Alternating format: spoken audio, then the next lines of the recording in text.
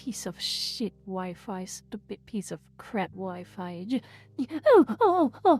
OBS has shut down. It is reconnecting. OBS disconnected, reconnecting. Oh my God. This is the problem with YouTube. This is the problem with YouTube. Why can't he do it like Twitch? Why can't he do it like Twitch? Reconnect and just pick up where I left off. I have no, I cannot. 佢唔俾我咁做嘅，佢唔俾我咁做嘅。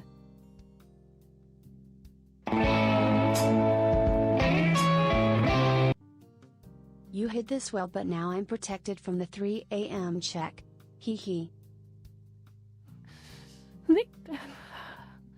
Thank you for the 5.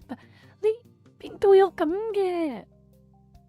YouTube have to fix this. YouTube has to implement seamless reconnections because there is no way every stream is perfect. No way. If internet disconnects, no. If internet does disconnect, it becomes a problem. No. They cannot do this. If you're going to have a stream, they should give you... Johnny English, thank you for the 5 membership. Let me finish my complaint first. They have to work a better one. They have to work a better idea. They can't just do this. They cannot. They cannot just do this. They cannot. There needs to be a new option where if you're doing a stream on YouTube, there should be an option. There should be an option, something called disconnection insurance or something like that.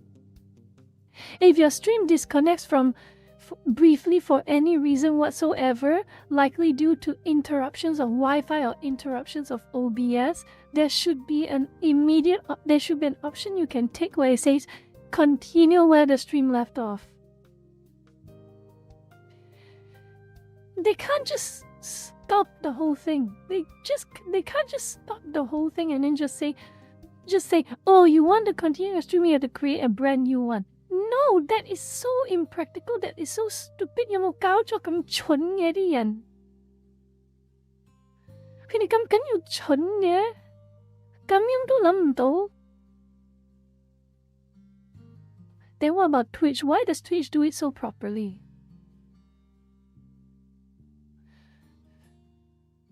Ken Boso, thank you for the membership.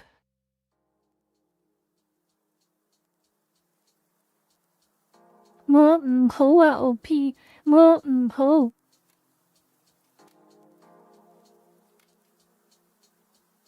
Oh wow, Machan, you subbed.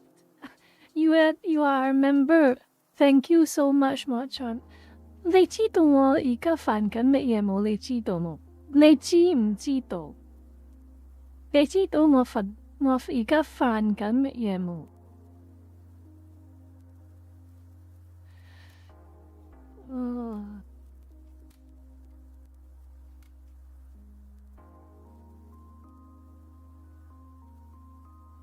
我都冇力喎，我真係冇力啊！我仲有好多嘢我想講，但係你呢個 stream OBS 又俾我咁多俾我呢個問題，我又冇力咯，真係啊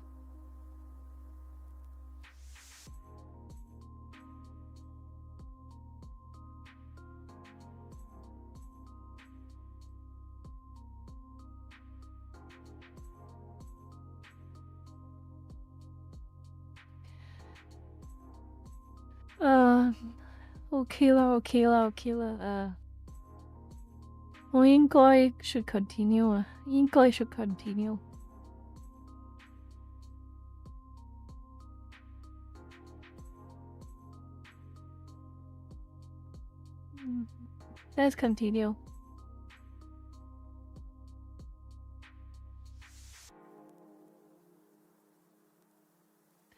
Anyway, like, comment, and subscribe. Ring the notification button. Or else, your Wi-Fi will be disconnected the way mine did.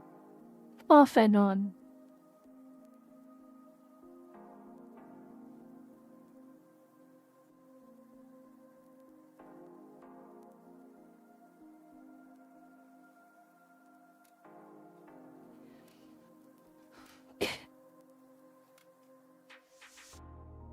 $5.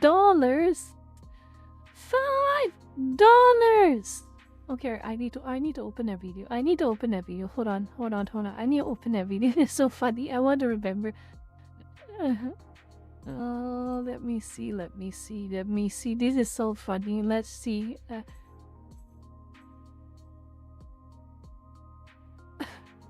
Oh boy, this is so funny. Boy. $5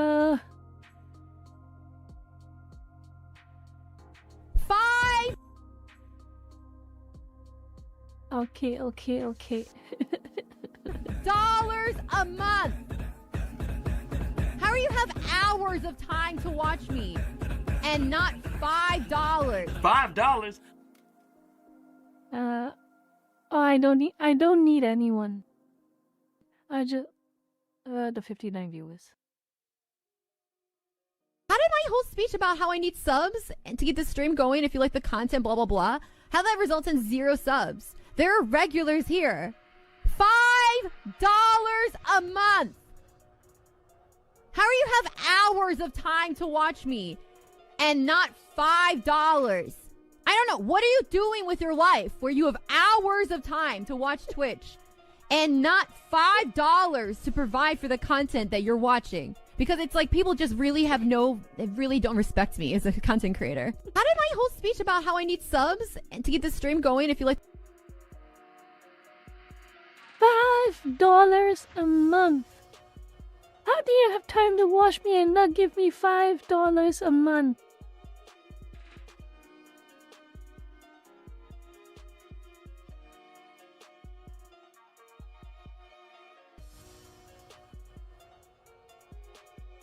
I don't know why that is so funny. I don't know why that is so funny.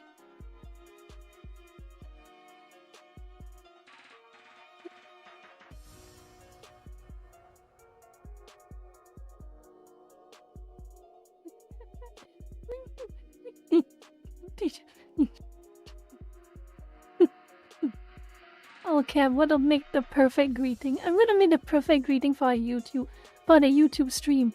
Remember, and I need this for perfect effect. Remember to like, comment, and subscribe. Ring the notification button, or do it, or else something will happen to you at 3 a.m. $5 a month.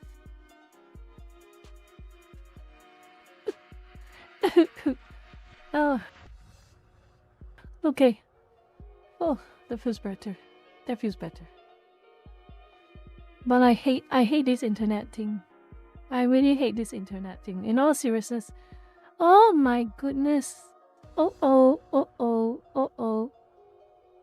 You likers really send a lot of comments to the OVOD. You likers, let me just read some of them. Oh, bruh, and too soon, sad face. God damn, the Windows notification has ended the stream. Yes, that sure was a stream. Badmin, come back. I had just gotten there and it died. What happened? Did Badmin accidentally end the stream? Oh no. Badmin, come back. Badmin, come back. And speaking of which, I should notify the other lurkers that I'm back. Hold on. Oh my god. Let me just close this. And docs YouTube live control panel.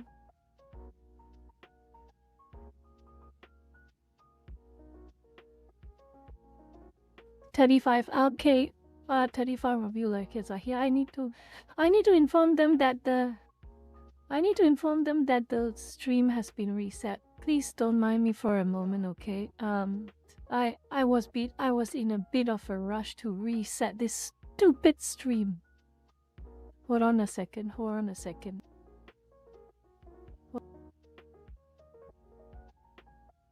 Okay, that's the new link. That is the new link, alright.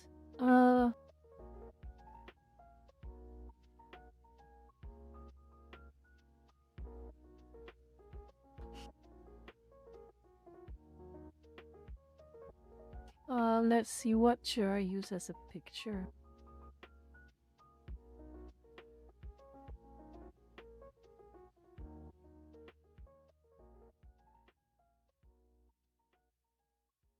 Miss.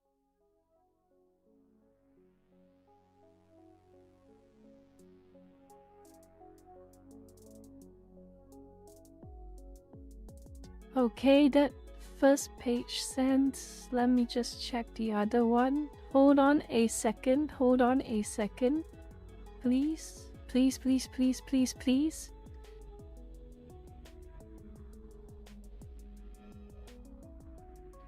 Oh, you did it. Okay. All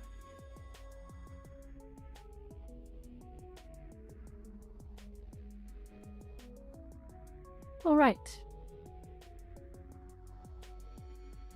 Oh. Truly an F moment, yes. Alright, now we can go back to where we left off. And where we left off is... Connie, I was about to mention ghosts.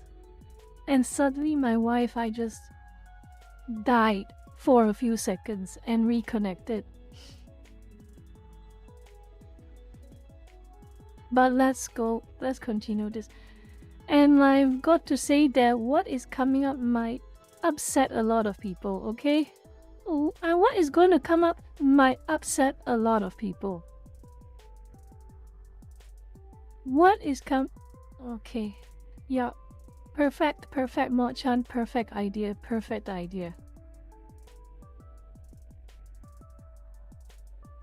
Yep.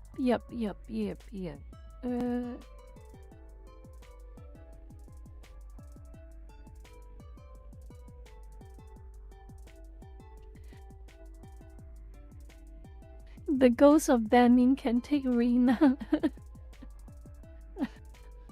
And by the way, this next topic is going to upset you as much as it's probably going to upset me. Especially the Asians among the lurkers, okay?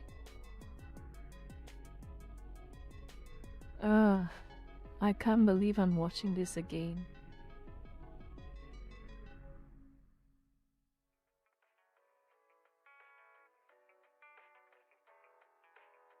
You will have nothing and you will like it. Thank you for the 5 super Johnny English. This is a video of 2 parts, okay? And it is excruciatingly disgusting. Fair warning. There's a... Alright, so it looks like there's a cemetery here with a whole bunch of dead people. Far out. The disappointment same levels as your parents' feelings? No, your ancestors. Getting a little bit intense.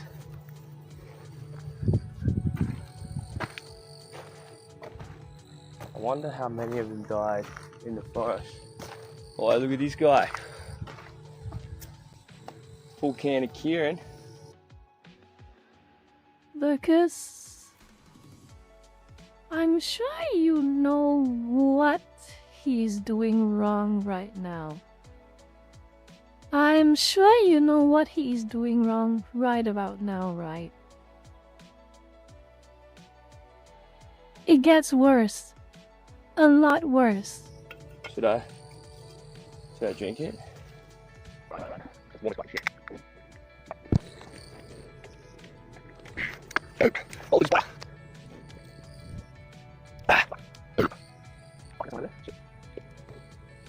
Over the shoulder. Good luck. Good luck. Remember, this is happening during the ghost month. This is happening during the ghost month. It's already bad enough on any other date, but it's during the ghost month. 七月, as the Asians will call it, 七月, the 7th month. The 7th month is when the gate to the nether realms open, the spirit world. And the spirits of your dead families and relatives and the spirits of everyone else leaves the nether world, leaves the spirit world for about a month to lurk, to hang out, to drink, to eat, anything. And of course, to make people who offended them miserable. Luck. Lucky blessings. Rest in peace. And if you went down angry, I hope you get vengeance. Cheers, gobber. He used the tombstone to crumple the can, and he threw the can on the floor, littering in front of the cemetery, littering in front of the tomb of this dead guy.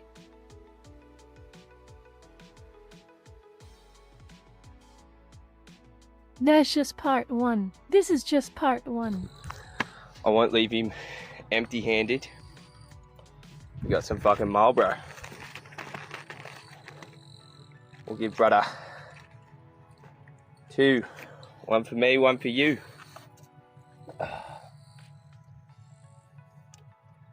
Look at that. X. As in me. Right, so it looks like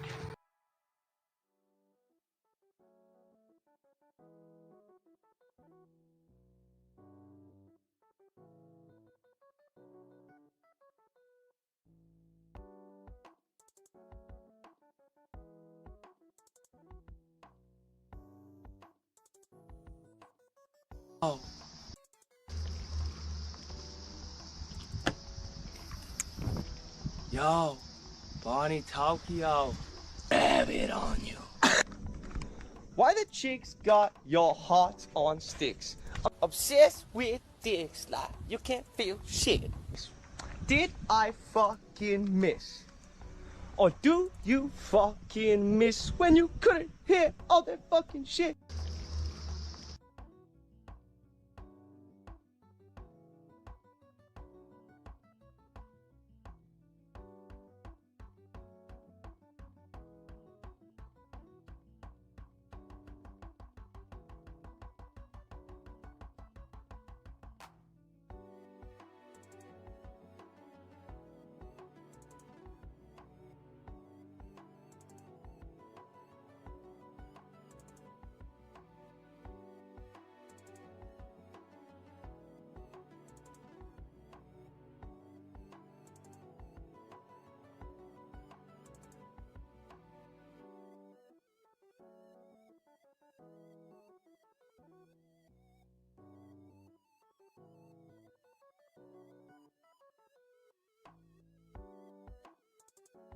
My God, how long have I been muted?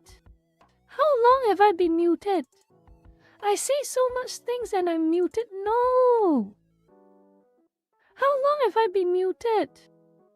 No! I say so much things. Stupid. Why? No! The internet mutes me now. My own mic mutes me.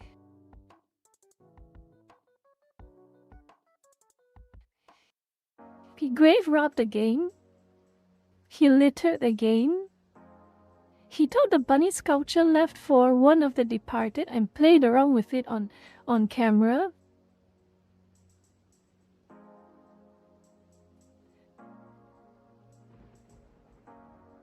And he's making self-oof jokes in the cemetery, where I think he has an idea that some of them were there for the very same cause.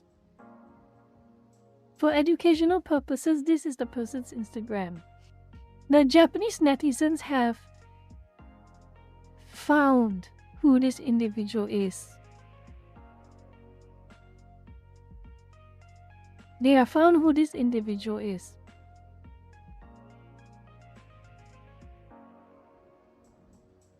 And what we will be seeing very soon, let me just close this for now. What we'll be seeing very soon is his response. He made a response to the backlash he received on Instagram, okay? He made a response.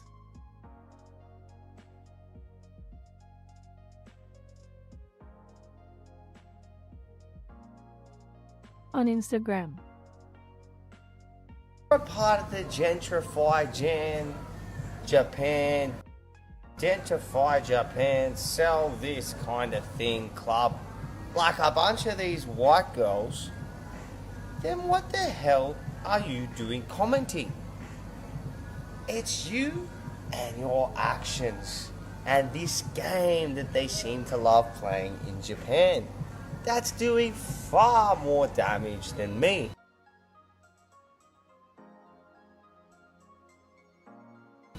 If anything, I'm shining a bit of a light on an issue that is terrible. And the issue is how people are treating their partners, how people are treating each other, and how people are dehumanizing one another. You get so concerned with me in a graveyard doing my thing. Leaving gifts, I might add. Leaving gifts. All that anyone is going to take away from that is that, oh my God, what happened here? Must be magical. Did I film it for content? Yes. Yes. Sorry, we can't all do fucking food blogs in Japan. Alright, there's enough of that already. Okay, we get it. You got Kobe beef. Now, if you want to beef with me, let's talk some fucking facts. Japan has a terrible problem with suicide. In particular, male suicide. Do we want to look at any of the reasons why this is? Absolutely. Absolutely. Number one on the list. What does problems with the male population in Japan have to do with you desecrating graves exactly?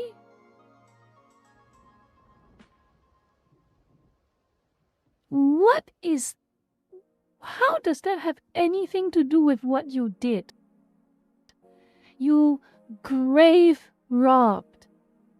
You stole drinks that are made for the departed. You left cigarettes like it's litter on tombstones. You dropped cans of drank beer on the floor of the cemetery. And now you're gonna bring up some random crap about statistics about what does it have to do with any of this? What does it have to do with any of this? Tell me.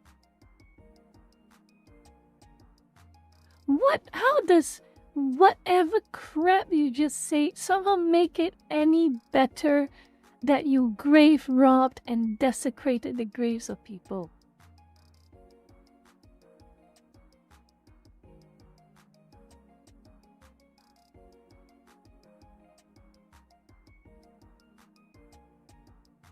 He needs karma. I'm not going to tell you later something. Japanese women. Japanese women and their cold, cold game. This cold, cold game involves stabbing men in the heart. What does that have anything to do with desecrating graves? Answer me.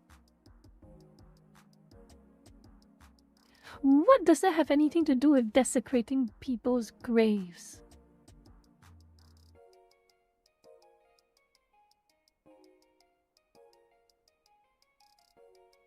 What the fuck does it have anything to do with people desecrating graves? With you doing that?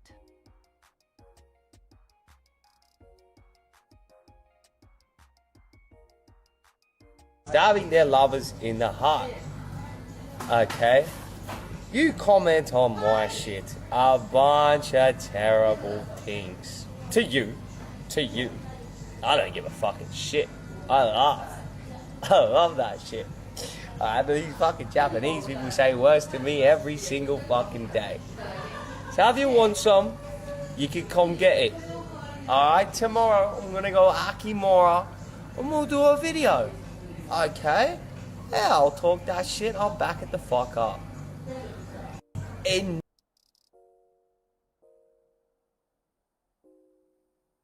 To be fair, good, there's another Australian here who is not taking this BS. Hey mate, quick question, where's your relatives' graves? Just asking for a friend. I want to know too, please. Good question, I want to know too.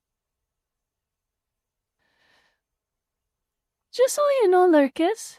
Just so you know.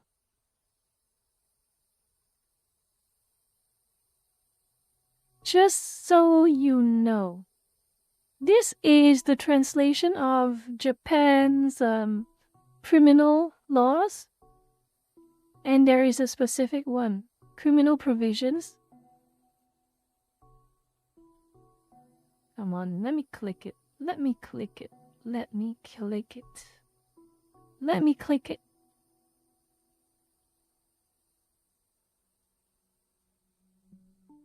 Alright, I am still here, okay.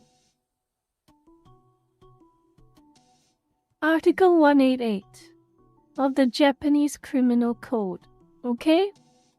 A person who publicly profanes a shrine, what he did, yes, profanes a shrine, temple, cemetery, or any other place of worship shall be punished by imprisonment with or without work for no more than 6 months or a fine of no more than 100K.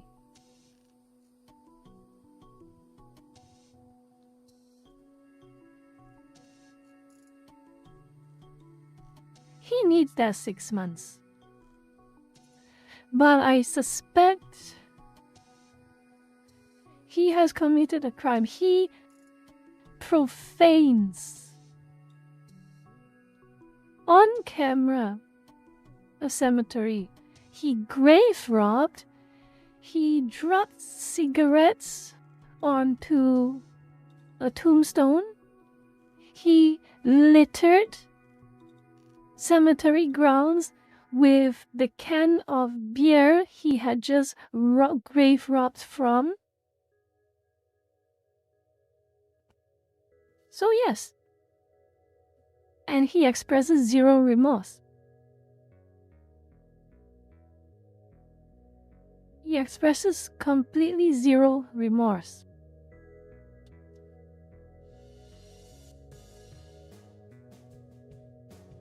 I hope the Japanese authorities have learned enough from Johnny Somali that they are willing and ready to give harsh treatments to people like this. Lucky Jones. Okay? I hope they do so. The Japanese netizens, I hope they make his life proportionately difficult to what he did to those cemetery tombstones and the departed. And also, remember, it is still the ghost month. So even if the police do nothing, even if the Japanese netizens just leave mean comments on him, the ghosts, well, let's just say ghosts can be really petty. They can be really, really petty if you offend them. And I know for a fact this guy has offended a lot of ghosts on those 2 specific stream dates.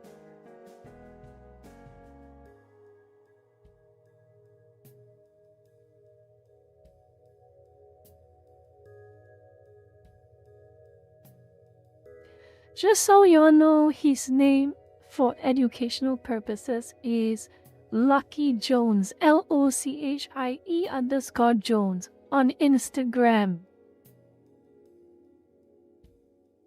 This is just for educational purposes, just a face to associate with the act of grave robbing.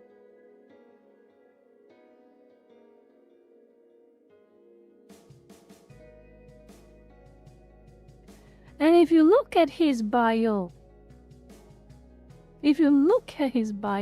look at this. Read it. And recoil from the irony. Recoil from the irony. It's always the people who virtue signals who end up being the most reprehensible individuals. Access, he is the guy who did this. He is the guy who did this. Access, he's the guy who... Yo, Bonnie Tokyo, have it on you. Why the chicks got your heart on sticks? Obsessed with dicks like you can't feel shit. Did I fucking miss? Or do you fucking miss when you couldn't? By the way, that's not the worst. This is the worst. This is the worst. Oh, look at This is the worst. Access, watch this. Full can of Kieran. Should I drink it? This was a can of Kirin left by either family or a friend of a departed person on the tombstone of a departed person. And this is what he does to that can of beer.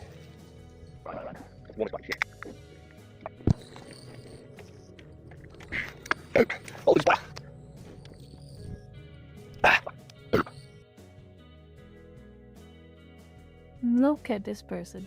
What a disgusting individual. Personally, kindness is key.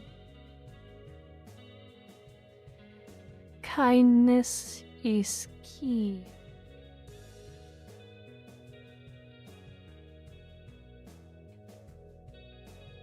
The irony of this word. The irony, the complete irony.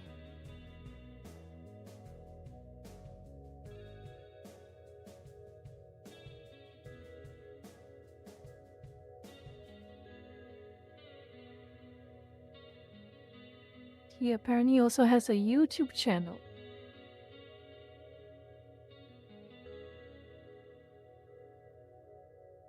He also has a TikTok.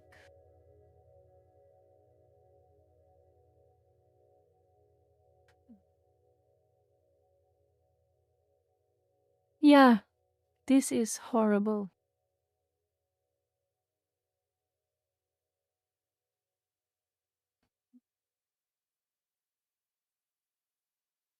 And then there's the next part.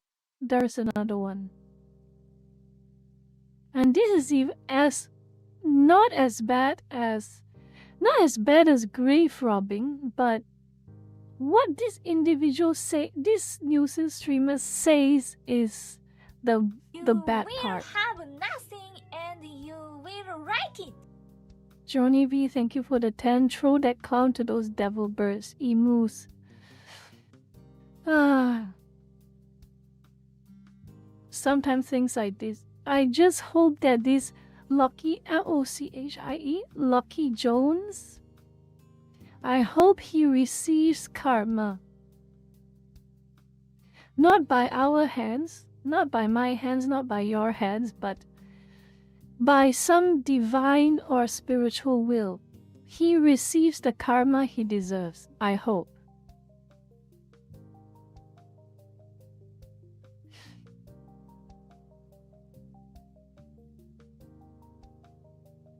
On another topic.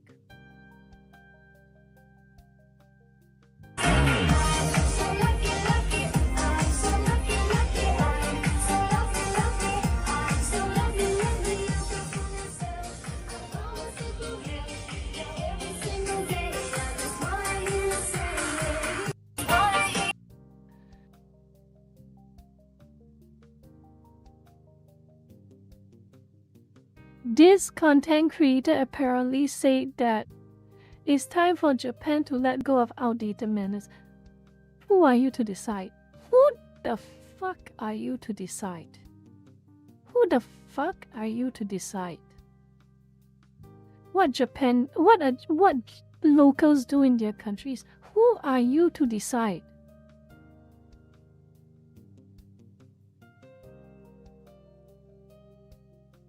Who?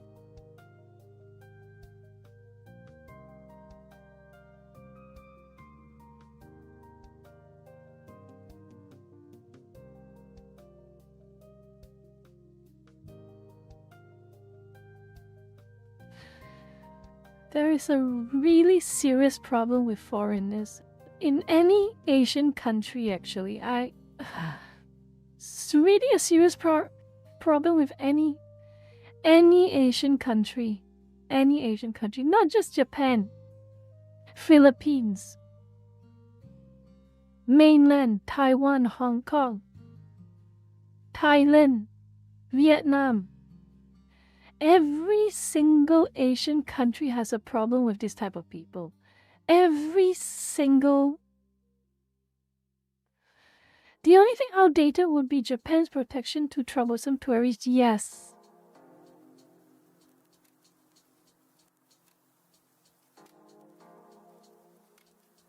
They are treating people who obviously hold them with low regard and zero respect with a little too much respect.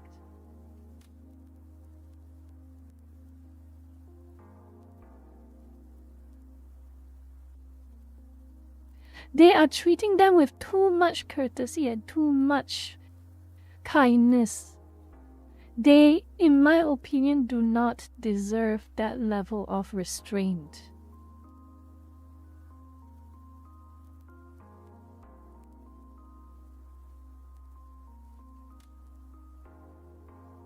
When you treat others with kindness, you receive kindness in return.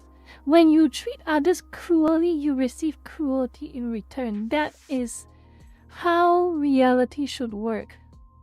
And this, in my opinion, is one of the biggest flaws of Japanese society.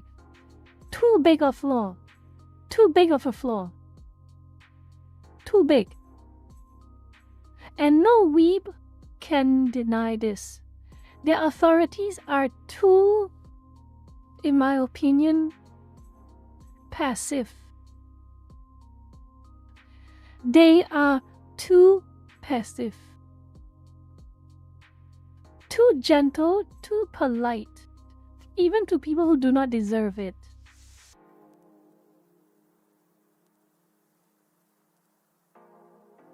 And this is a problem. This is a problem, thankfully, that South Korean police are addressing directly. Thankfully, Philippines authorities are addressing correctly. But you know what still shocks me? I'm still shocked that Japan is so passive. Especially the authorities. The people, they are being a bit more harsh. They're being a bit firmer, but the authorities, it is the authorities that shock me.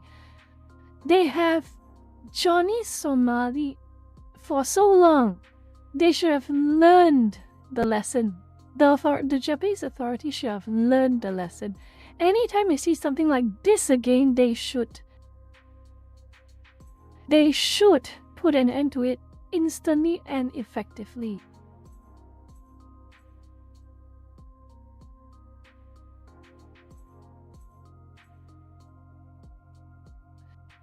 But Mil, those are for the locals. Those are for the locals. These are foreigners. Remember.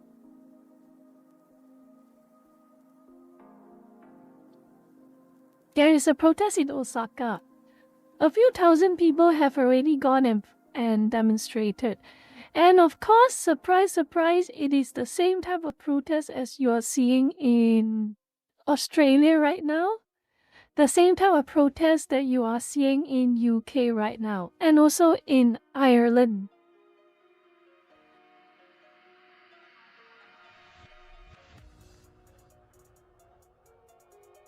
These people are ridiculous. They're ruining it for every other well-intentioned tourist who just want to go there and have a good time and do the right thing. I want to go to Japan. I am afraid to go to Japan because of people like those people.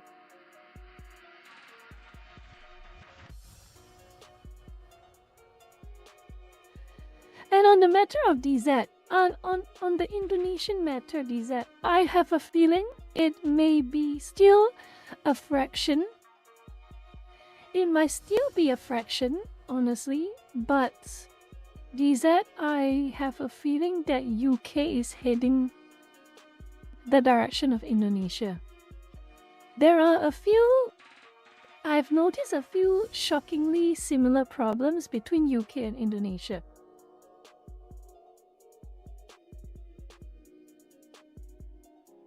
Kimmer, I think the best bet for you is to, if YouTube is selectively cutting off words from your chat, the best I can offer to you is be indirect if you're going to mention something edgy, okay? Be more indirect, use some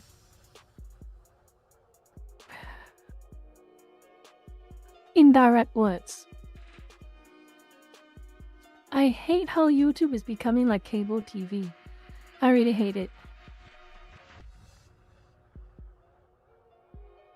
Okay, let's just put this into perspective, okay?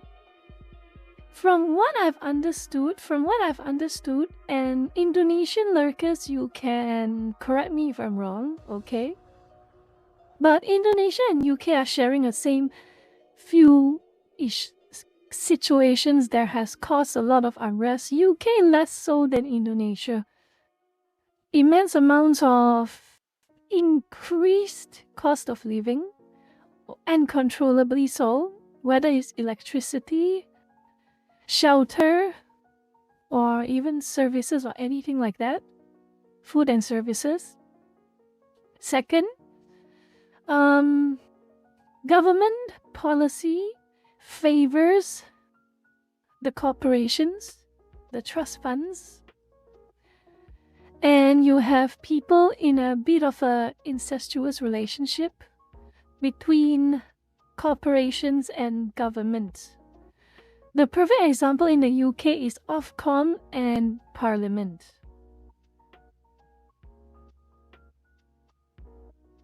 And of course, people are being treated like trash by their own governments. You want to complain about your rise of cost of living? You're arrested. You want to protest, even though you're harming no one, you're just out on the streets protesting with a flag or a picket sign or a banner? Arrest.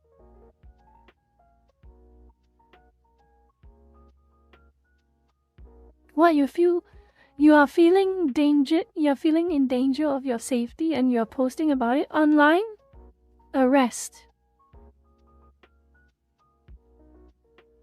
What is the peak of winter and you want to burn more firewood and you've already reached your firewood quota? Fine.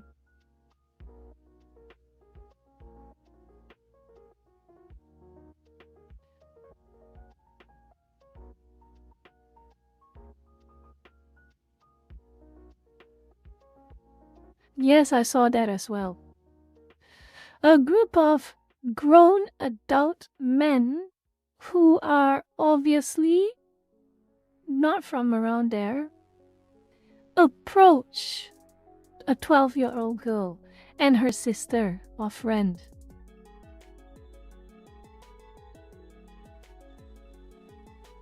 The girl is delirious, hysterical in fear and panic, she brandishes 2 melee weapons.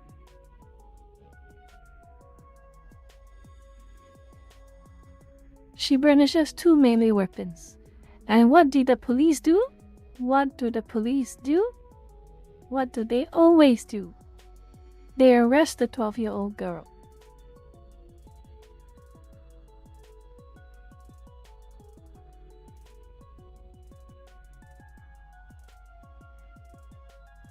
And yes, now that's a story. Now that is a story. Let's see.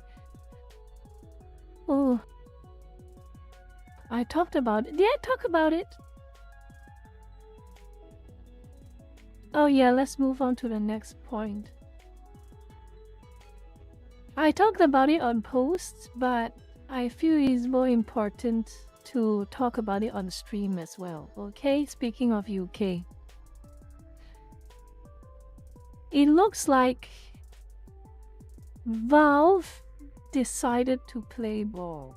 Unfortunately, they didn't take the 4chan Kiwi Farms route.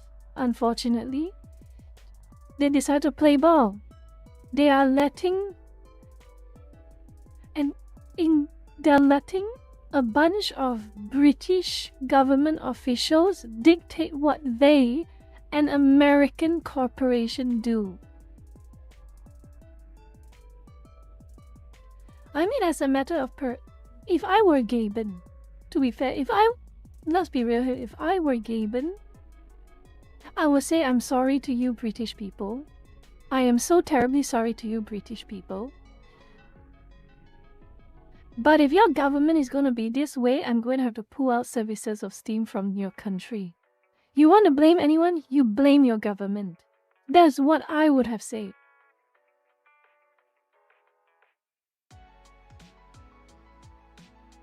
This is literally what I would have said as Gaben. I would make a personal response on Valve's YouTube channel or any YouTube channel. I'm going to relay it in front of a camera, and I will say, hey, gamers and Steam users from UK, I'm going to extend my apologies in advance, but in which date, Steam will officially become unavailable in the UK. We do not condone and we strongly disapprove of UK's privacy invasion laws, and we will not, as an American company, take a stand for this. So I extend to you my sincere and formal apologies, but you will not be able to use Steam by this date. If there is anyone you wish to blame, you are free to blame us as well. But if there's anyone you wish to blame your government for this authoritarian policy. That is what I would have said if I were Gaben. But we are not doing that, unfortunately. Gaben did not do that. If I were Gaben, I would have. Because at the end, it's not about the money.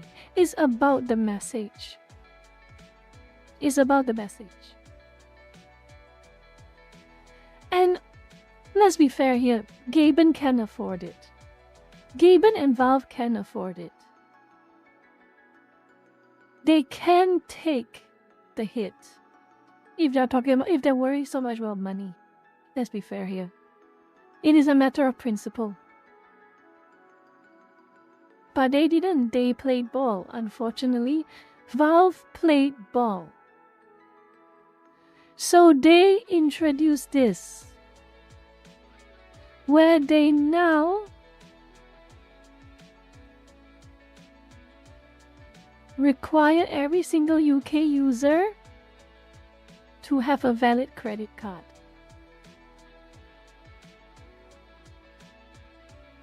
This is how it's done. You log in, visit account details, add payment method, redirect it, put in all of this, basically doxing yourself.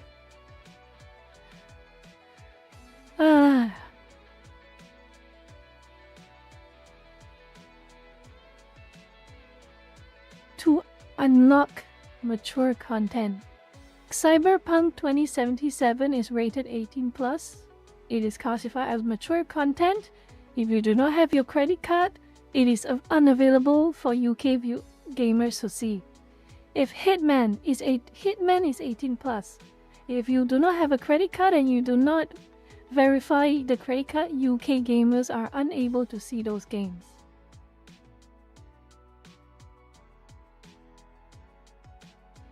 And obviously, I am more on the perspective that Valve should have taken a more powerful approach. I'm of the opinion that Valve should have taken a more powerful approach and that Gaben should have taken a stand on principle, but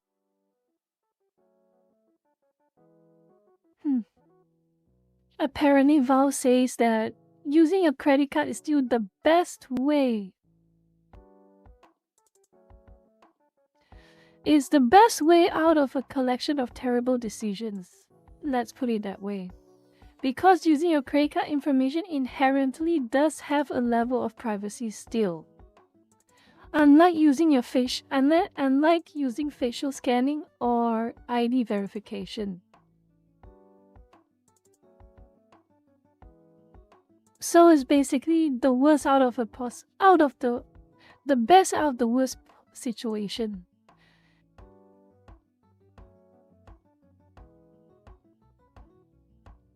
But yes, I still believe Gaben should have taken a stand on principle. They should have.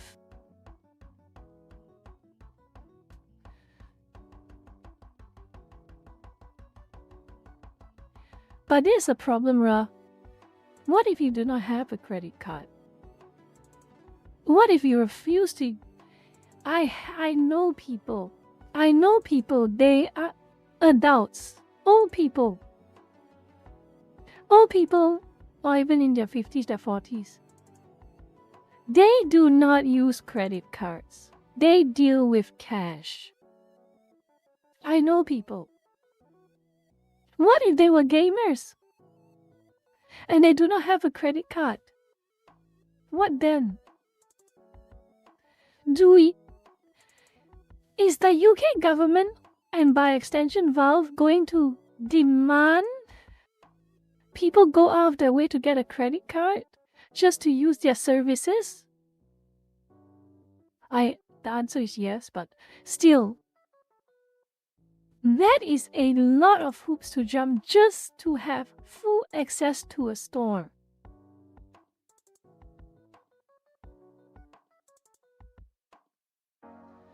And what if there are gamers who never want to use credit card to buy things on Steam? They just use Steam Wallet.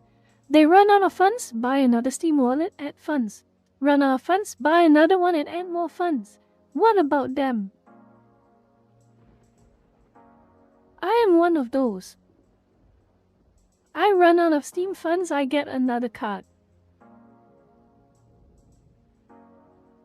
I get another card, add some more funds, and I'm ready to buy something.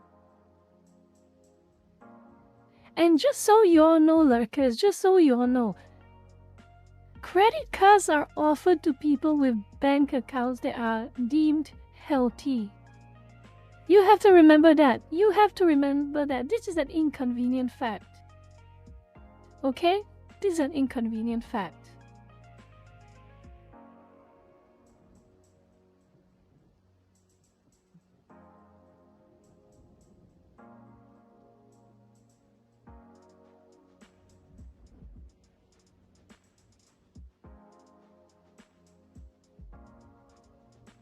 This is an inconvenient fact. What if you do not have a high credit rating to get a credit card? You are definitely an adult. What then? What then? Explain to me. Valve, explain to me. Gaben, explain to me. Ofcom, You fascists in... You practical fascists in the UK, explain to me.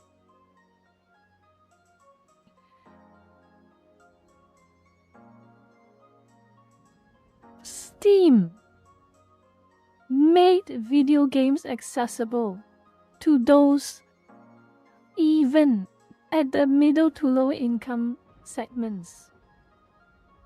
Gaming is an escapism for many, even those who are not ultra rich.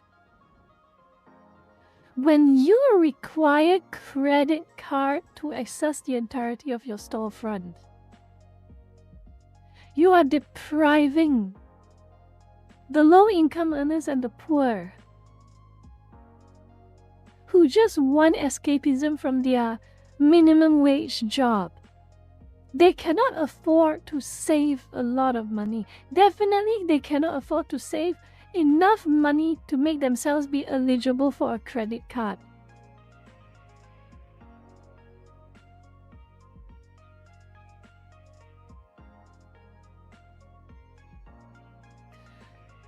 They just make things worse. Do you understand that? But of course, UK, they never listen to their people's problems. Why should they listen now? Why should they listen now? But of course they won't listen.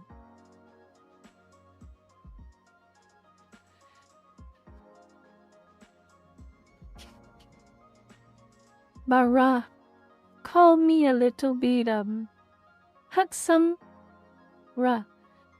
你可以講我係少少黑心啊，少少冷血無情。You can tell me that. You can say I'm black-hearted. You can say I'm cold-blooded. But what I think is, Valve should have taken a stand on principle.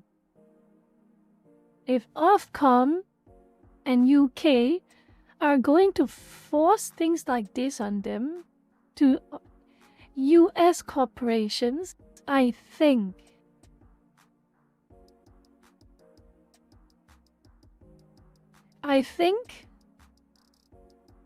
Gaben should take a stand. Cut off Steam from UK.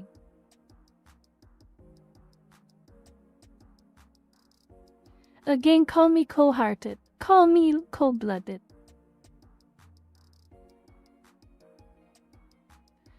Dark Castro, welcome. Oh, you have a cold? You have a cold. Oh no.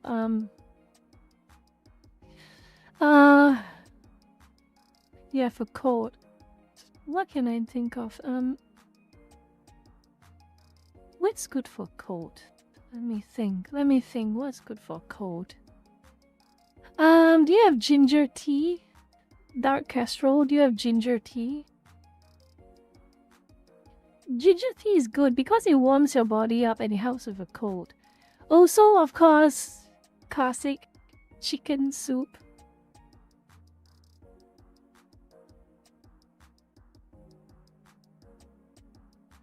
Let me see. I think Gaben prefers to have a presence in the UK than try to be a force to try to rise up a population that keeps tolerating her. But that's the problem with... That is the problem, Lurker-chan. Gaben has been very empathetic and understanding of the realities of situations. And I expect him to also understand the reality of this situation as well. He knows this is not something you can just be on the fence about at this point. I don't think. I really don't think that is the wisest decision.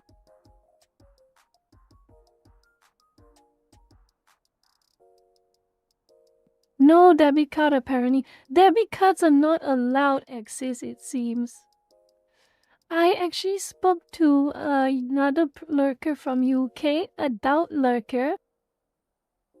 No debit cards. No debit cards at all.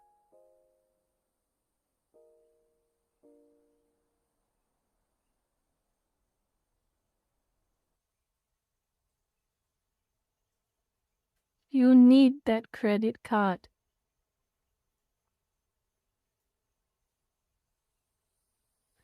Honestly, yes.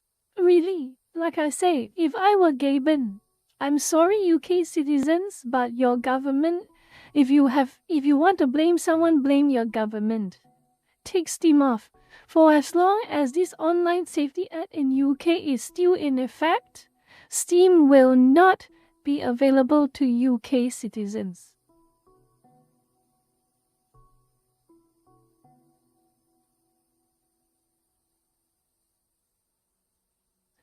Well, Steam is the only one specifically that has the credit card verification.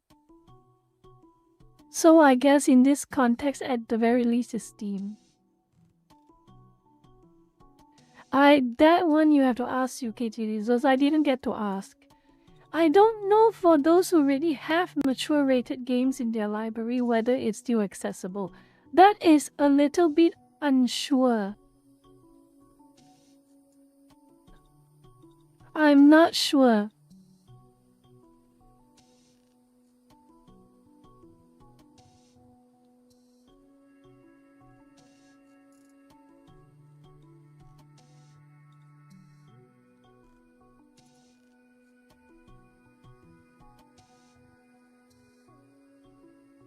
So this is definitely not a good development.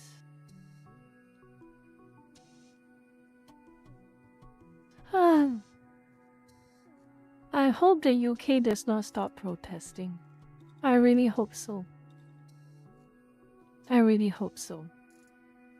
Because at this point, you are not making things harder for yourself. You're not only making things harder for yourself, UK. Your government is actively making things harder for every other country in the world. Just like the old British Empire, you are spreading your influence around the world, for better or for worse, and in this case, it's for worse.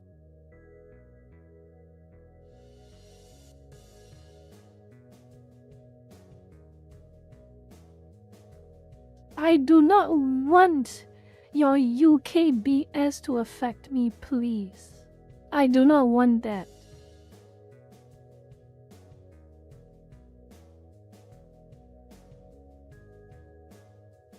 I really do not want that.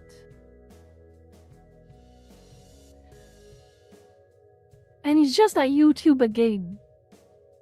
Because of UK's Online Safety Act, YouTube has decided to extend ID verification to Americans. Not just UK, Americans too.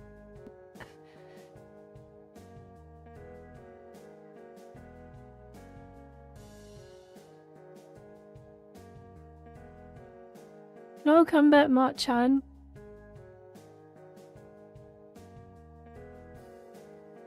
Who are you to decide?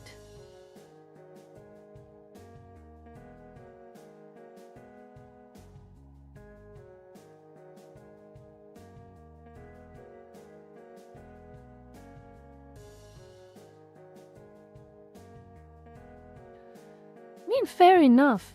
You want to be a YouTube partner, this is what you are required to do. But what the hell, seriously? What if you are just using the YouTube channel? You just want to watch your videos and just log off for the day. Rina, can you shut up? Control, welcome back.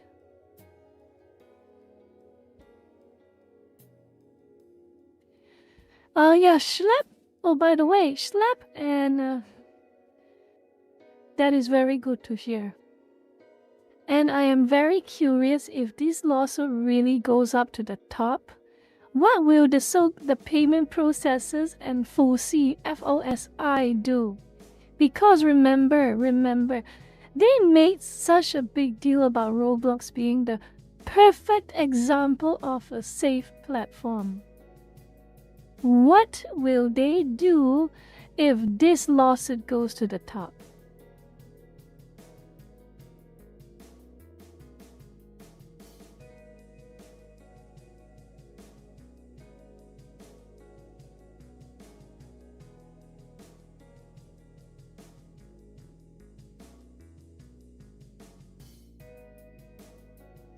Law by Mike is going to work with Schlep.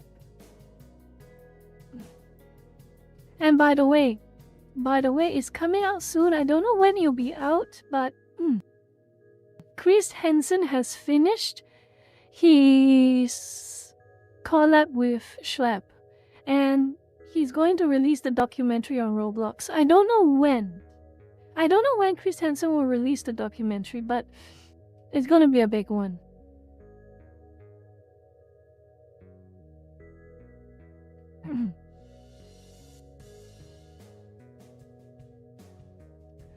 I am very, very curious. I really want to read. I want to watch the Chris Hansen documentary. I think it will be a very interesting watch. And I am expecting it to be quite dark though. It will be quite dark.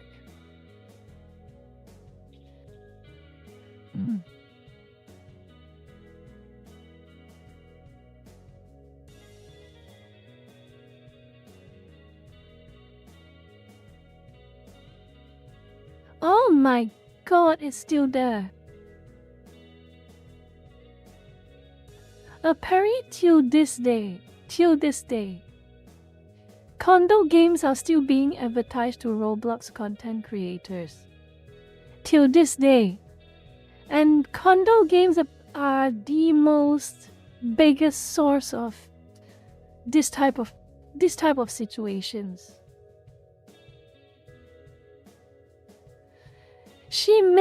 There is a person by the name, I don't know whether it's safe to share this on stream. You can read the post yourself, okay? You can read the post yourself. It's 4 hours ago, and Roblox is still advertising condo games to various people, including kids.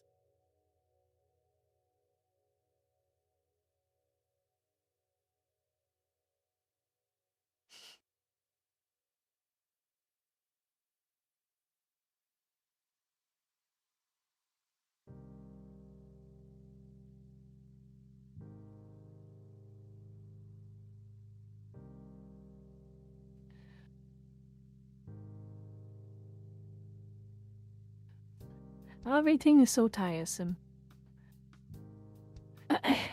Okay, another break time for me. I am getting a bit tired again. Another break time for me, and I'll be back in about a few minutes while you read this post, okay? Take care and I'll see you later. Few minutes, just a few minutes.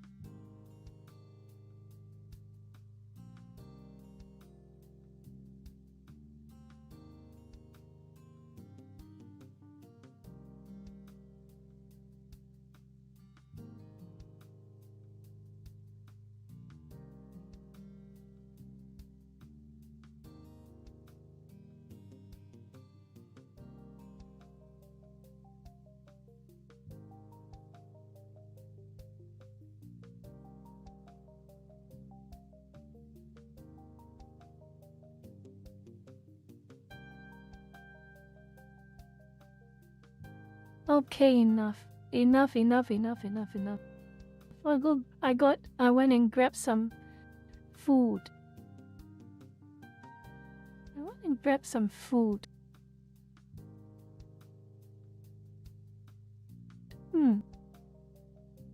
Let's see. What else is next? Oh yeah, one more.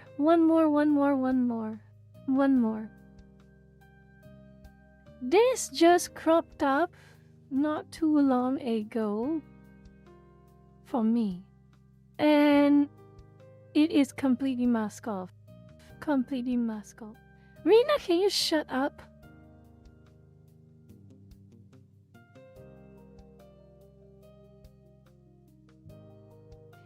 It tells you all you need to know, and it will spell out why.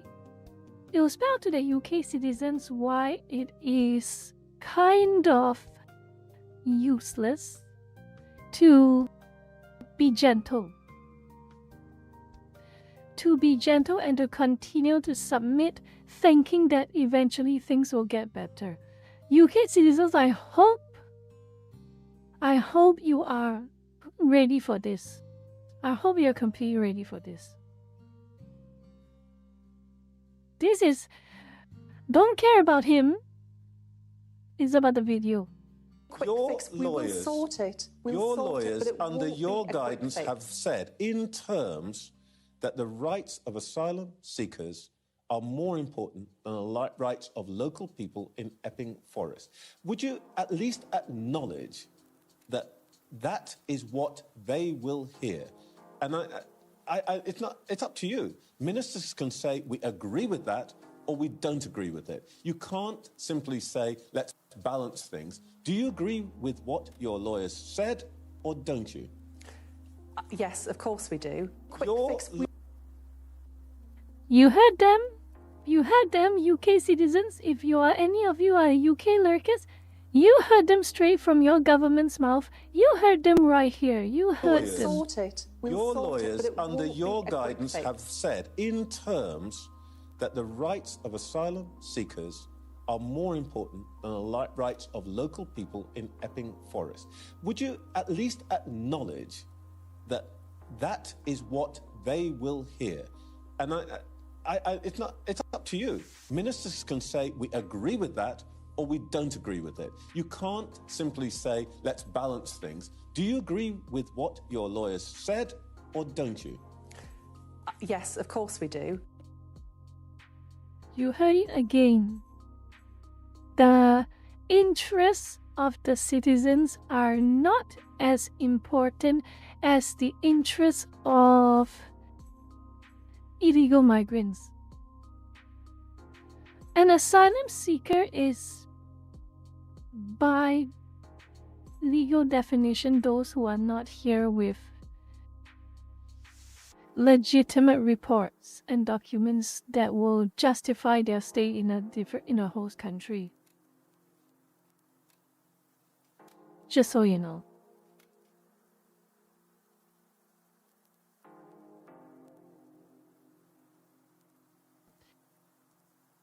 If any of you are from UK and you are not thinking about, and you still somehow believe that your government has your best interest at heart, I hope this reminds you that they do not.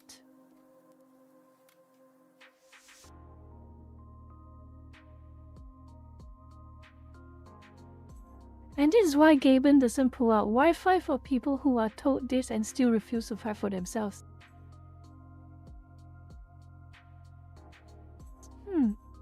Makes sense though, in a way.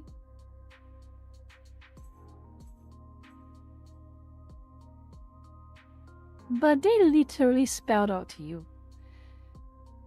You as a citizen are literally second class to those who are not here through legitimate means. That is literally what this member of government admitted.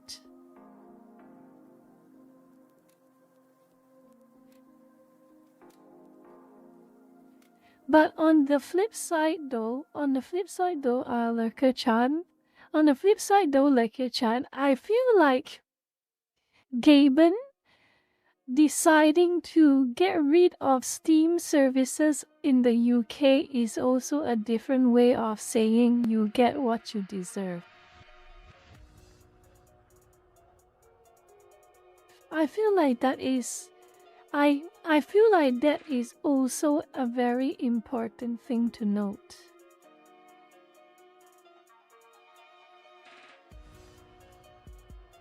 Gaben can equally say you are at fault for your own situation by withdrawing Steam services and looking good to the rest of the world instead of playing ball.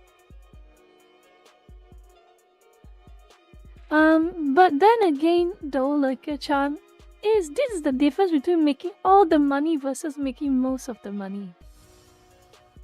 UK sure has a lot of players, but still, compared to US, compared to mainland, compared to most of Asia, compared to Europe, what's one UK, honestly?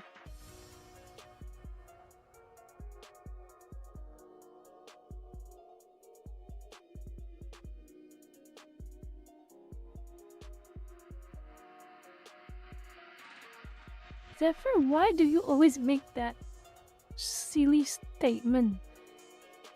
It's completely uncalled for, absolutely uncalled for statement. But yes, I want to do a watch along. Any of you have something interesting to watch? While I eat something, because I haven't been eating for hours. Do you have anything to watch? Recommend? No copyrighted music, please. No copyrighted music. Rina, can you shut up, please? Hold once, but what code one?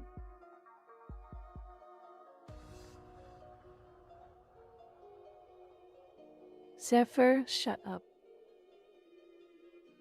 I'm not impressed and I'm not amused.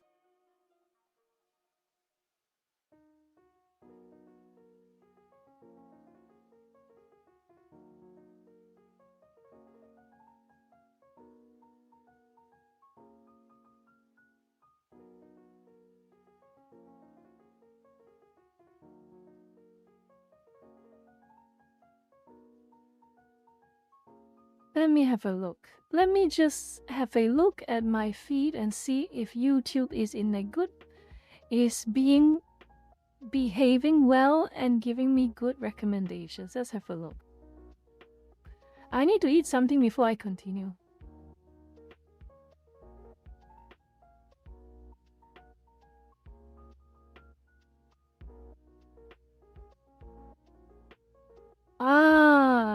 I go.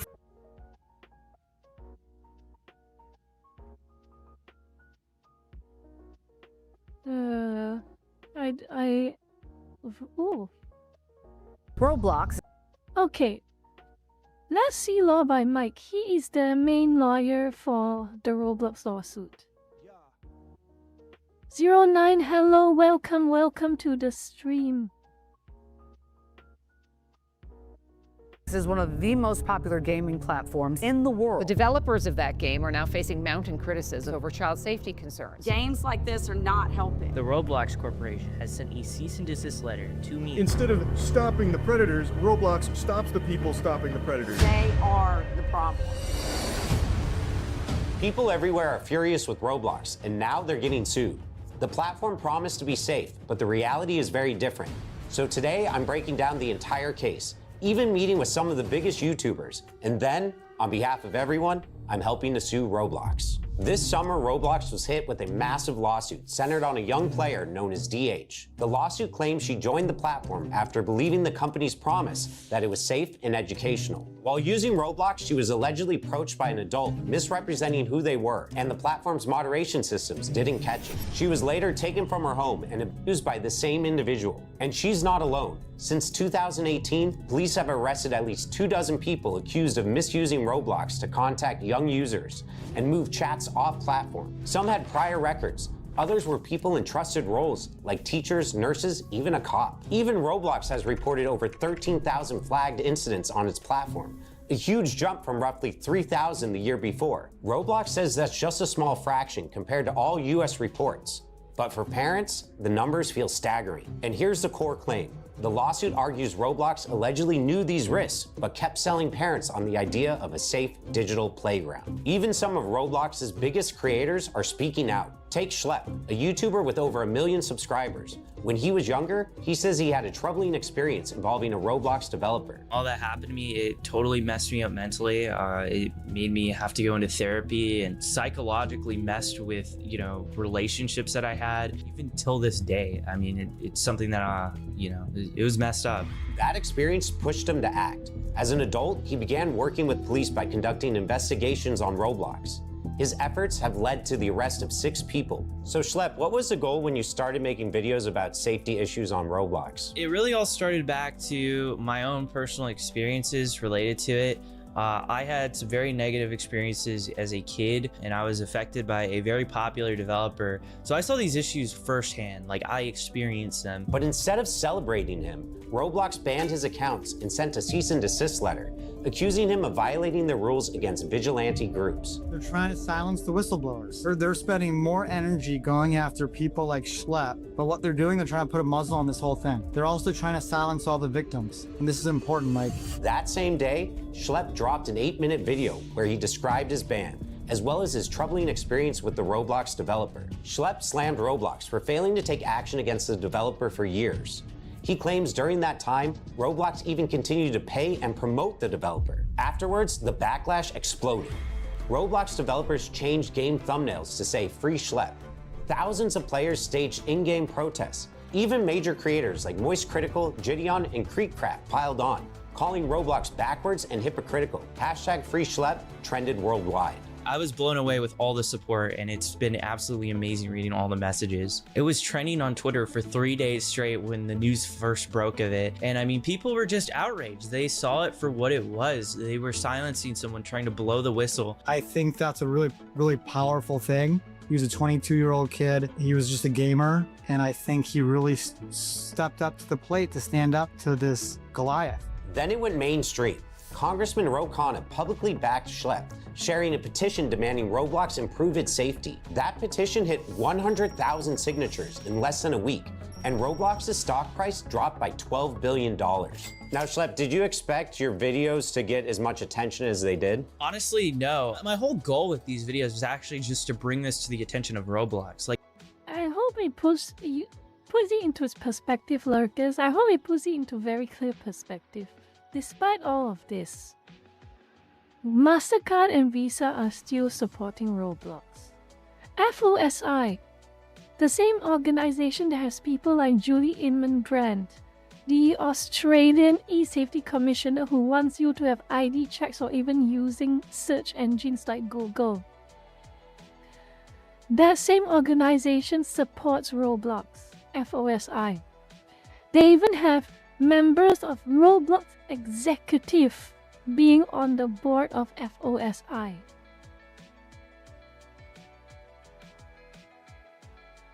I want you to remember this. Lady Gaga still had her promo event even as this entire incident started and continued.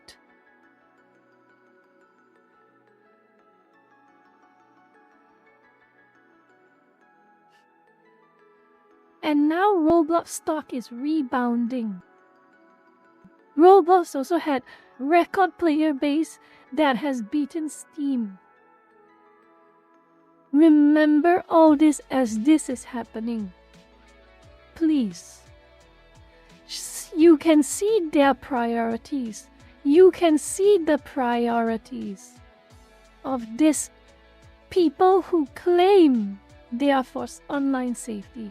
The people who claim they are for protecting the children. They have one of the biggest things they have to protect. And they are deliberately ignoring it right now with Roblox.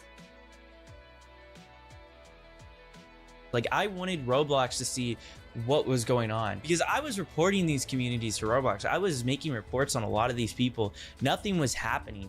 And the only other thing you can do is go public with it. So that's what I did. But the story doesn't end there.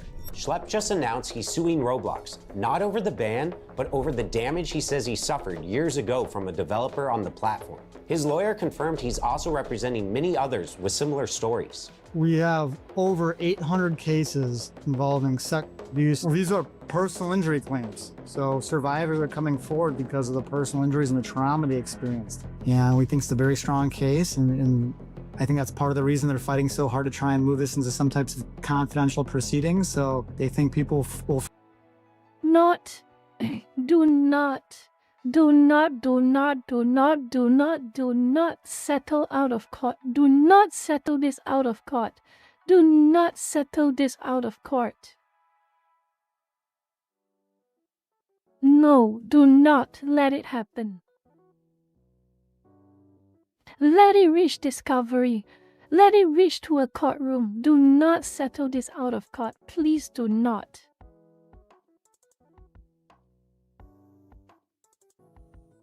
forget about what happened, and then they won't. And now, because of you all bringing this issue to my attention, I've made the decision to team up with Schlepp's lawyer to help sue Roblox. Reach out to my firm, ithinkihavaCase.com, if you've gone through something similar. If someone is scared about something they experienced on Roblox, what would you tell them? I would tell them to call a lawyer, find out about their legal options, and let them know that they will be believed. There's strength in numbers.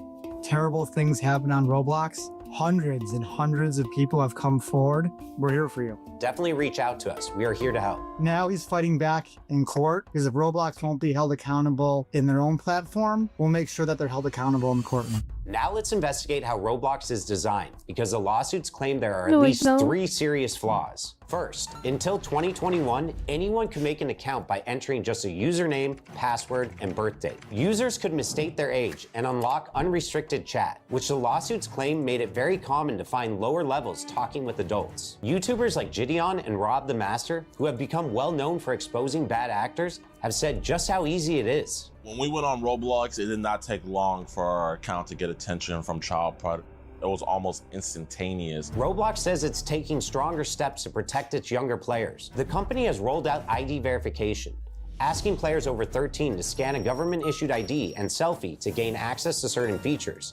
It's also testing age estimation, where machine learning guesses a user's age from a short video. And new features like trusted connections are meant to limit deeper chat and voice features to people you actually know in real life. You know, we weren't just finding 1 or 2 peppers on there. We've caught 6 off of the game itself. But not only that, we've had dozens of these guys just contacting and grouping our decoy that we sadly weren't able to catch. And the real sad thing out here is that Roblox is going around telling parents that they're one of the safest apps for children, when from Yeah, remember I showed you the lawsuit? Remember I showed you the lawsuit a few weeks ago? That lawsuit, it shows Roblox is safe. It is 100% safe. Roblox is safe and a perfect tool for educating young children in primary school. Remember that advertisement in that lawsuit from Louisiana? my own experience, that's not the case. Even with ID checks and trusted connections, the scale of the platform makes full protection something that has to be taken even more seriously. Unless you wanted to play the 17 plus mic up games and stuff like that. Anybody can pretty much sign up for Roblox. Next, the game uses in-game currency called Robux. Players use Robux to buy rare accessories and customize their avatars, and many lower levels are obsessed with it. The lawsuits point out these players even say they do anything for Robux.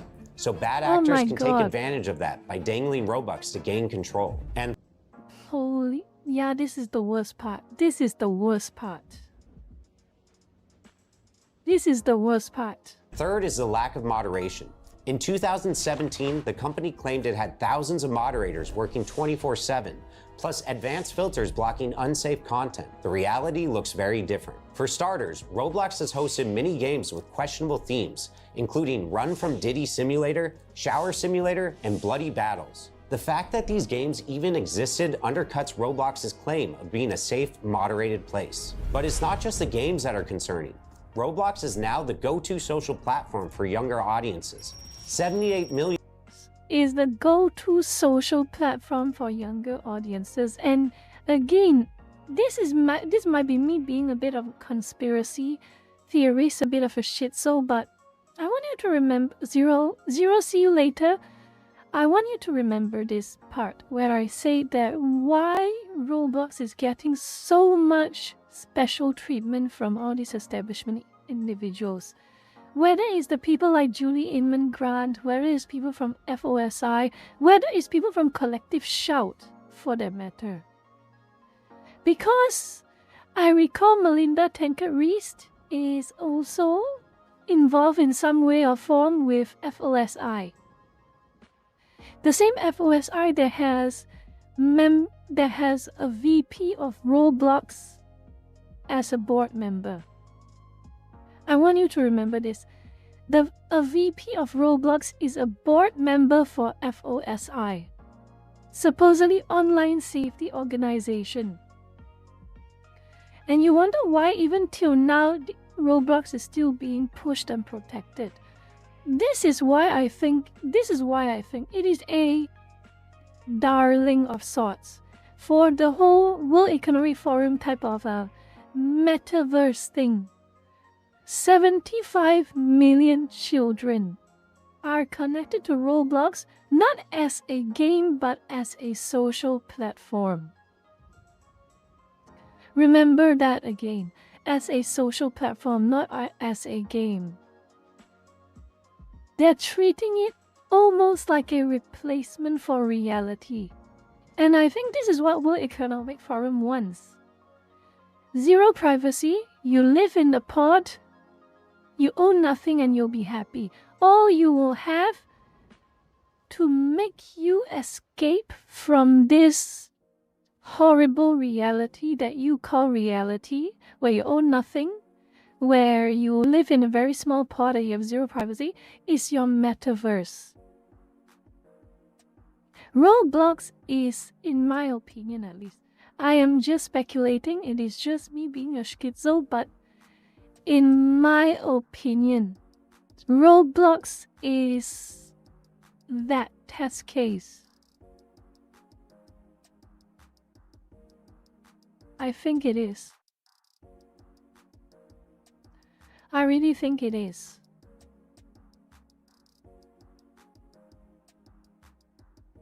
The reason why the establishment protects Roblox so much is because they want Roblox to be the gold standard for World Economic Forum metaverse, to distract the world's population from realizing they own nothing and the group of people on top controls everything. But that's just me. Okay, that is just me. Just a schizo VTuber literally who just throwing things on the wall and seeing what sticks, okay? Don't take me too seriously. 78 million users log in every day. The platform processes more than 50,000 chat messages every second. Roblox claims its AI and human reviewers scan all of it, text, audio, and images. But here's the problem. The company allegedly employs only about 3,000 moderators. Compare that to TikTok, roughly 3 times Roblox's daily users, but over 13 times the number of moderators on staff. The reason for the lack of moderators is allegedly due to Roblox's focus on growth over safety. In fact, 8 current and former trust and safety staff describe ignored requests for more resources, backlogs of incident reports, and even a manager quitting after promised hires never showed up. Some say protective features they suggested, like pop-up warnings, were rejected, and safety settings, like blocking strangers in chat, were switched off by default. To be fair, at least to be the most fair, Chan, Roblox is one of the games that is being advertised from the ground up to be made for kids. So for me, I may be very liberal and pro-privacy on a lot of things, but when it comes to the monitoring of kids by the platforms that are supposedly made for kids, I can understand why it's there. Once again, Roblox points to AI moderation as the solution, but employees admit the tech still misses the subtle signs of unsafe behavior. And the gaps aren't small. The filters block words like Snapchat or Discord, but people get around them by using emojis or by tweaking the spelling a little. Even phone numbers are apparently blocked if you type the digits, but not if you just spell them out. The lawsuits argue that these kinds of loopholes prove Roblox knows the risks of off-platform communication, yet it still leaves these obvious workarounds wide open. In court, the usual defense might not save Roblox. Most platforms lean on a law called Section 230 of the Communications Decency Act, and that law protects websites and apps from being sued over what their users post. That's why Instagram or YouTube don't get dragged into court every time someone uploads something harmful. But the lawsuits against Roblox aren't just about what users post. They're about the company itself. Lawyers argue Roblox designed the platform in risky ways, marketed it as safe, and then ignored clear warning signs. And at least one court has already said Section 230 doesn't cover misrepresentation. So if Roblox tells parents this is safe and it's not, that responsibility falls on Roblox, not the users. That's why these lawsuits matter to me. They represent more than just a few individual complaints. They're part of a broader movement pushing tech companies to take accountability, especially when their platforms are hurting younger players. Now, multiple cases are moving forward, and a jury will have to decide if Roblox should be held responsible. And if the plaintiffs win, the fallout could be huge, because it would set precedents that might force Roblox and other platforms like it to overhaul how they verify users and protect. Notice how the governments do nothing. Exactly. I can tell you right now, UK's Online Safety Act, Roblox is not in their crosshairs. Not on their crosshairs at all, I can tell you for a fact. Collective shout? A few people mentioned a little bit about it, but they largely ignored Roblox. It is all one big sham. It is really all one big sham. And you know what I mentioned about the whole WEF, the World Economic Forum thing and all of this Metaverse thing? I'm going to make a post about it. Maybe after the stream I'll make a post about it.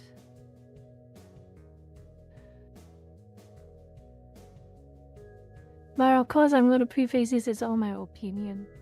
Okay, it's all my opinion. But the biggest red flag, the biggest sign of hypocrisy, the biggest of them all really, the biggest sign that I knew for a fact these people do not care was when Lady Gaga was made that collab event.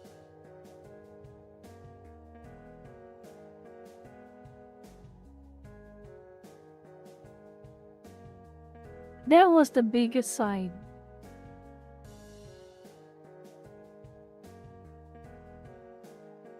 Yes, she was smart child. I'm gonna show you the article exactly. And I was extremely disturbed. Lady Gaga has social media managers. I know for a fact she has social media managers, and yet she still insisted on having that event. She knew for a fact. I refused to believe she had no idea. Absolutely refused to believe she had no idea.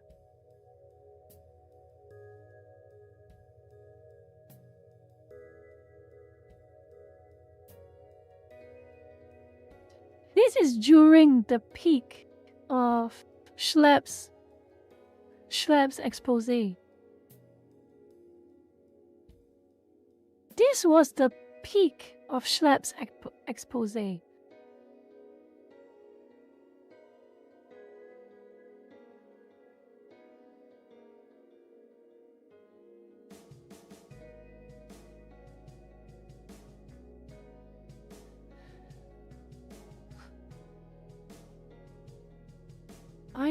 in my opinion, I never liked Lady Gaga too.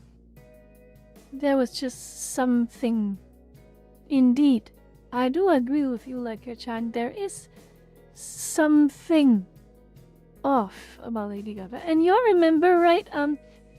Have you by any chance remember a little person called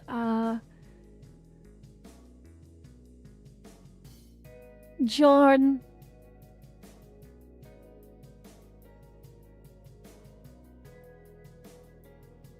Do you by chance remember a man named this? Do you by chance remember this guy's name?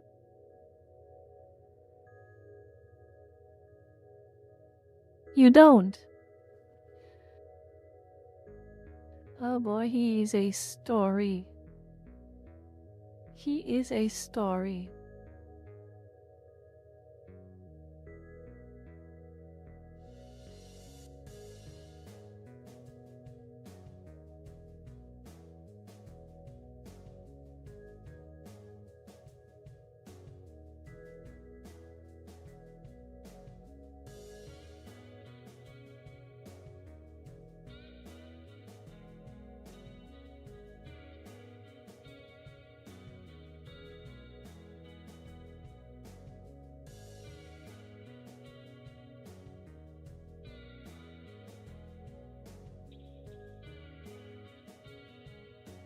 Oh, not again. Not again.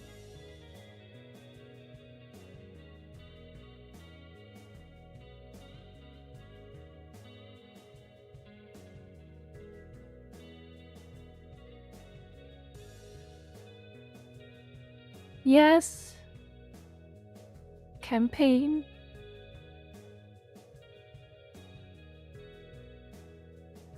Hillary Clinton's campaign manager.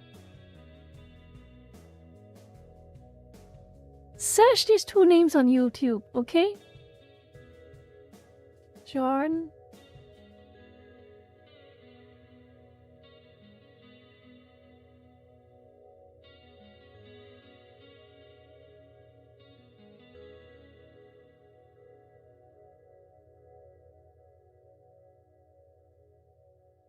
Search these two names together. And one of these individuals, that is Marina. Marina hosts a very specific event. A very, very specific event. That she calls spirit cooking. Okay? It's a very, very specific event called spirit cooking. And in this event called spirit cooking, I'm gonna, for legal reasons, I will say allegedly. For legal reasons, I will say allegedly and apparently or supposedly. Miss Hillary's campaign manager, John, attends it. Hillary herself attends it.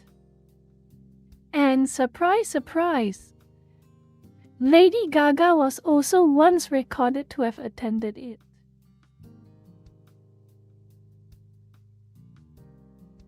So yeah, Lekka-chan, you are right about something. You are right about one thing. Something is off with Lady Gaga, in my opinion.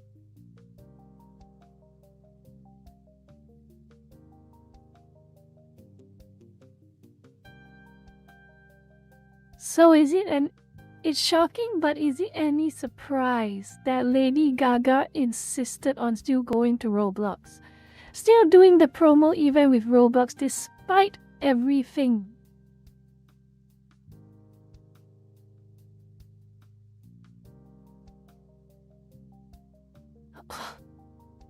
Oh, Dizat, if you actually saw what spirit cooking looks like, you would not. You would not have a very good opinion of it. Ash Mary, thank you for being here tonight.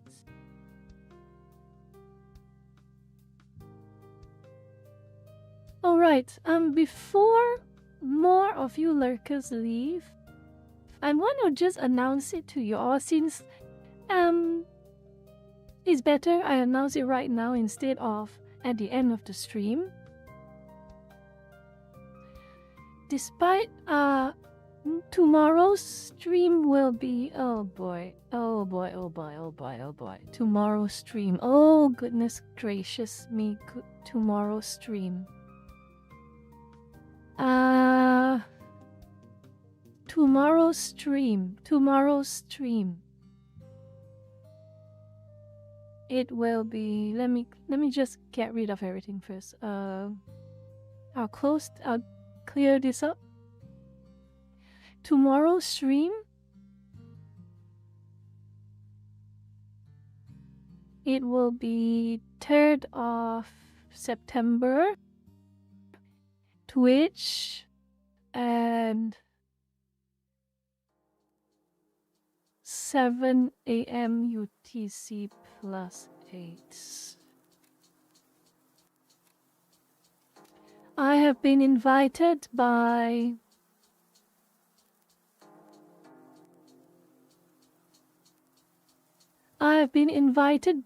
a few friends to play a few games tomorrow.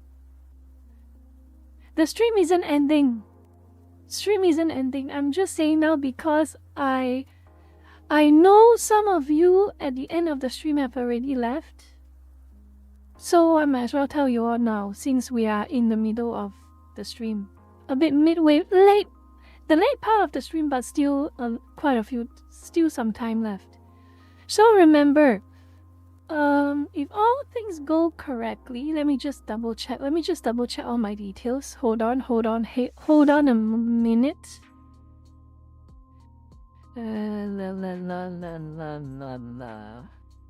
Correct. Yes. 7 AM.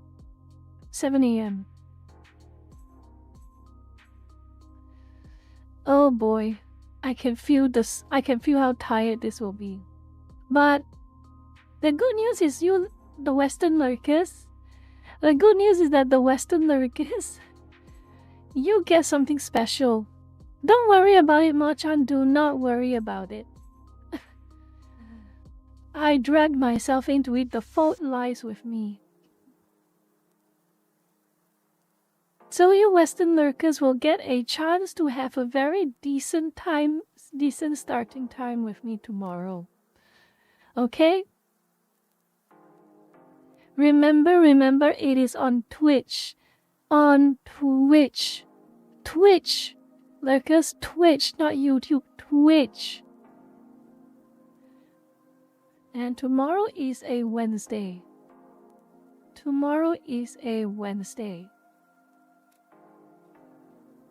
Because I know some of you lurkers need to be spoon-fed information. or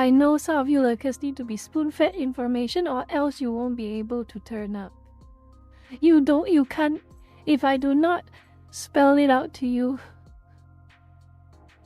you won't be able to understand what I'm saying. Okay.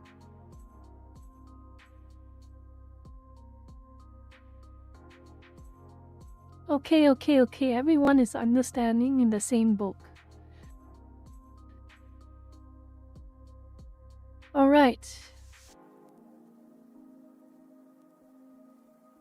So, Nakis, did you get a chance to have a look at what spirit cooking is? Suffice to say, I will not be playing it on stream.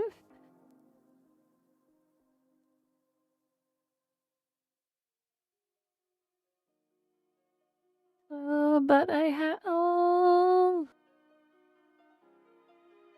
The Lurker-chan, I have to delete them. Well, I have to make the thumbnails. But I probably will... I will think about it. I will create a... standard thumbnail. A standard thumbnail to inform lurkers that... to go to Twitch. What is this? Bandoro, fried egg, and Haya. You like spirit cooking, I like ghost delicatessen. We are not the same.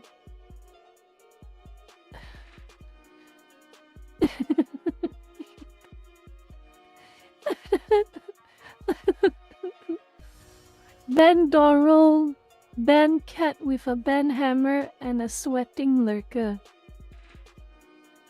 What is that? What is that supposed to mean, Burger Cat? What is that supposed to mean?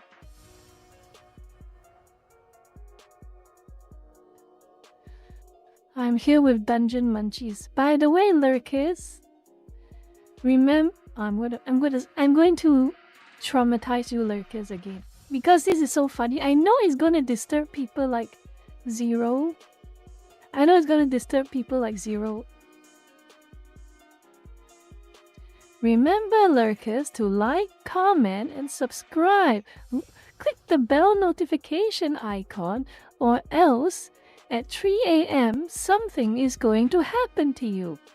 $5 a month. How can you not afford $5?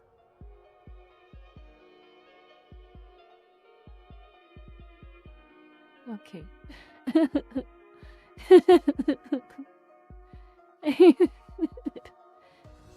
I can't get spirit.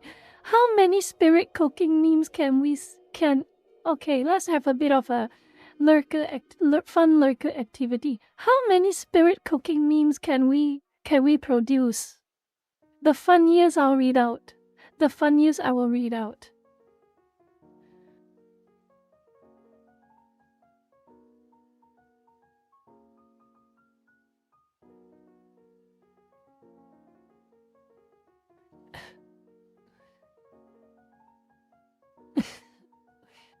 Give her $10.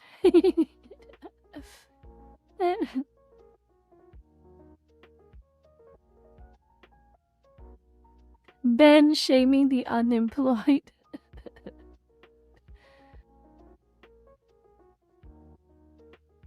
Please no.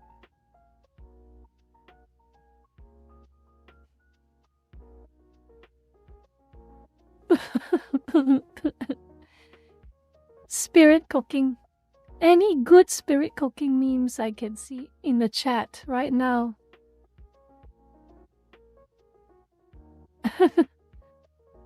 No, don't worry about it, Fatal Hermit. I just like making that meme. I just like the meme. $5. I like the meme. I like that meme. I just like saying it. It's so funny.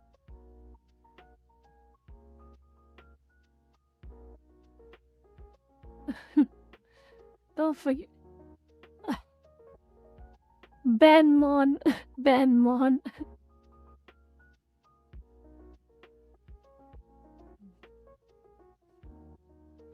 Why is... Okay, this is getting annoying. Lurkers, give me spirit cooking memes, not ban something something. Enough with the ban something something.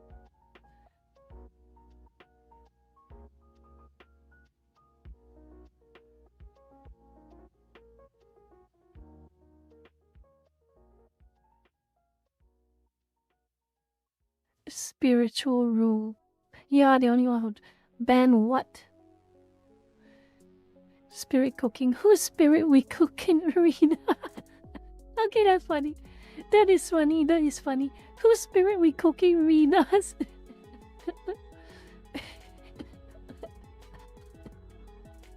Whose spirit are we cooking arenas? Rena, where are you? Everyone is cooking your spirit.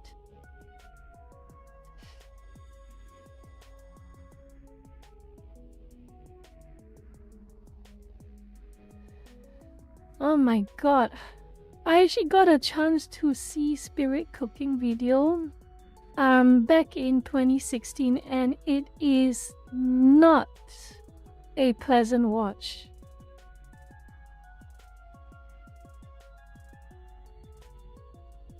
It is not a pleasant watch, spirit cooking. And I saw Lady Gaga. I did see her. I remember I did see her in one of those videos. People mention her presence there as well, and it's kind of unmistakable that she's there.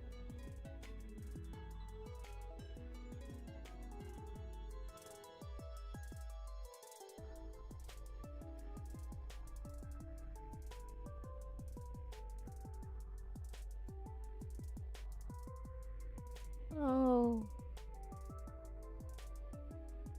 You know, funnily enough, Zephyr, Papa Franco belting Chocolate Man is a child-friendly dramatization of spirit cooking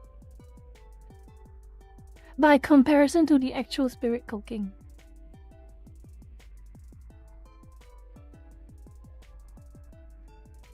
Oh, I suspect Lady Gaga does worship a goat, in my opinion.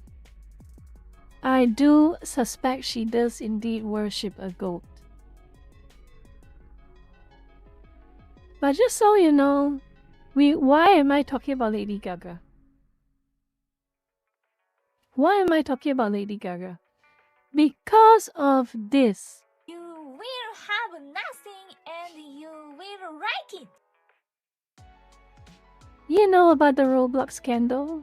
And despite it being at the peak of the Roblox scandal, in terms of timeline, Lady Gaga still thought it was a great idea to have a promo event on Roblox. And we know what's happening with Lady Gaga right now. I mean, we know what's happening with Roblox right now.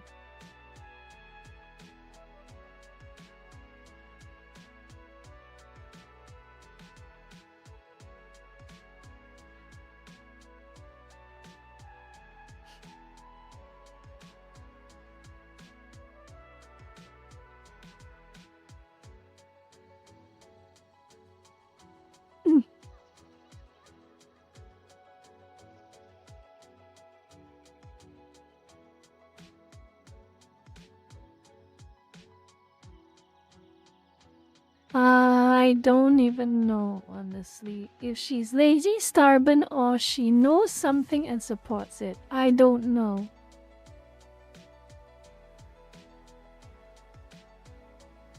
But at some point, would you think it's a little too twisted?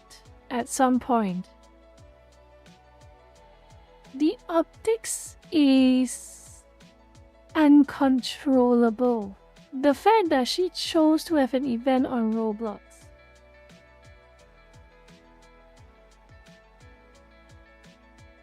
That is a level too far in my opinion. Oh boy.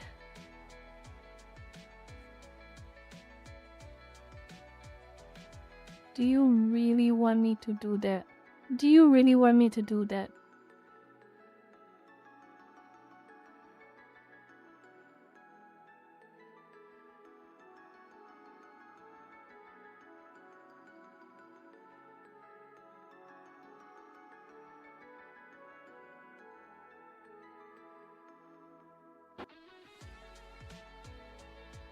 Don't say I didn't want you, Lurkus. Don't say I didn't want you. Okay? Don't say I didn't want you.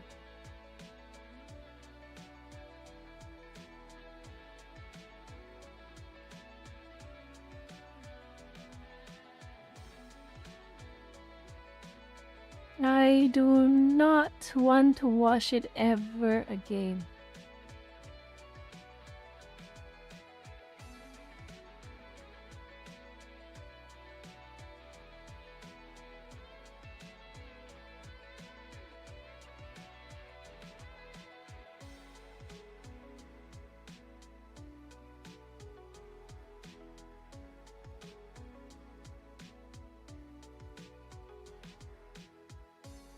Yeah, you should watch them after you digest your food.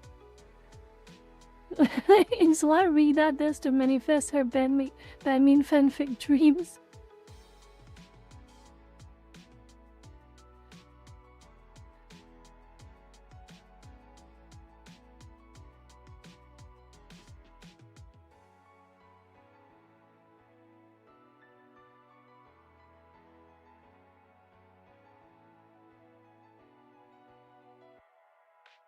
How are 62 of you lurkers still here when I'm over a topic about spirit cooking? I still do not understand.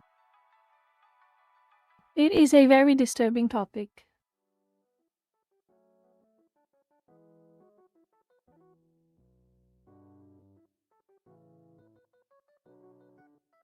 All right.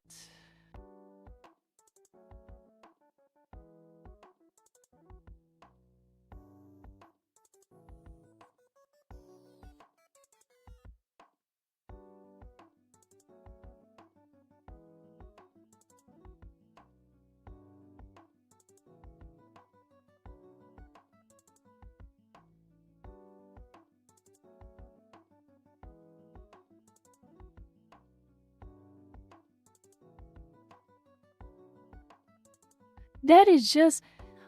I saw another more recent one. That is probably because it's from 1997, so it's probably relatively tame, but there is one that I saw. It's probably already long gone, but I recall it was 2015 or 2014. It was another one of the spirit cooking events in the 2014 or 2015, and Lady Gaga was there. That I remember very vividly. Quite vividly. But of course there is a chance I'm wrong. But I do remember her seeing her over there. And I do not have words. If you can find the 2014 or 2015 one, that is a bit more twisted. That's what I can say.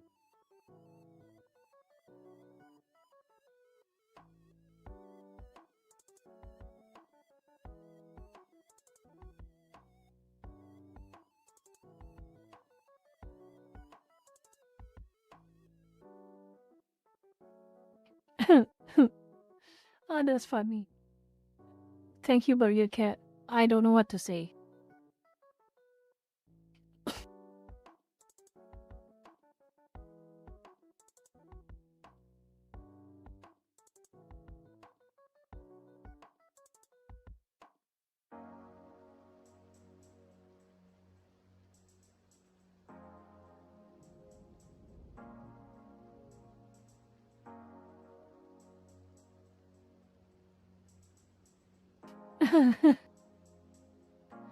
Oh. Ah, yes, ProZD. Guys are up here. So once again, no VTuber model for today. I am traveling around for the Labor Day holiday, so I hope you guys are enjoying that if you are celebrating it. But anyways, we're going to be looking at another Reap What You Sow moment featuring ProZD. Now this is someone who has made comments about anime and the dubbing scene and voice actors generally, and those comments have continued to haunt him for a very long time. Now, in case you're not familiar with who this guy is, he is someone who blew up on YouTube, where for years he made very successful sketches that are anime themed, and eventually he got some opportunities in the anime voice acting dub scene. Now, he's become a bit of a meme, especially among anime fans, because of his comments about the medium. While his virtue signaling on places like Twitter has gotten seal claps from members of his industry. Cast authentically. Okay, we will cast authentically. No, not like this. Not like this. Pull back, pull back. Make special considerations for me. And some of the most annoying users on social media, a lot of other anime fans, specifically dub fans, are pretty annoyed with some of his comments, especially the ones where he is very hypocritical. He is someone who has advocated for censorship of anime that he considers yucky or gross. And he's also made a lot of comments about authentic casting, which is a very, very hot button issue. Seems very basic in terms of how normal people react to it, but a lot of people are trying to virtue signal. They've been pushing this authentic casting thing for a long time, and ProZD is one of the people at the helm of that movement.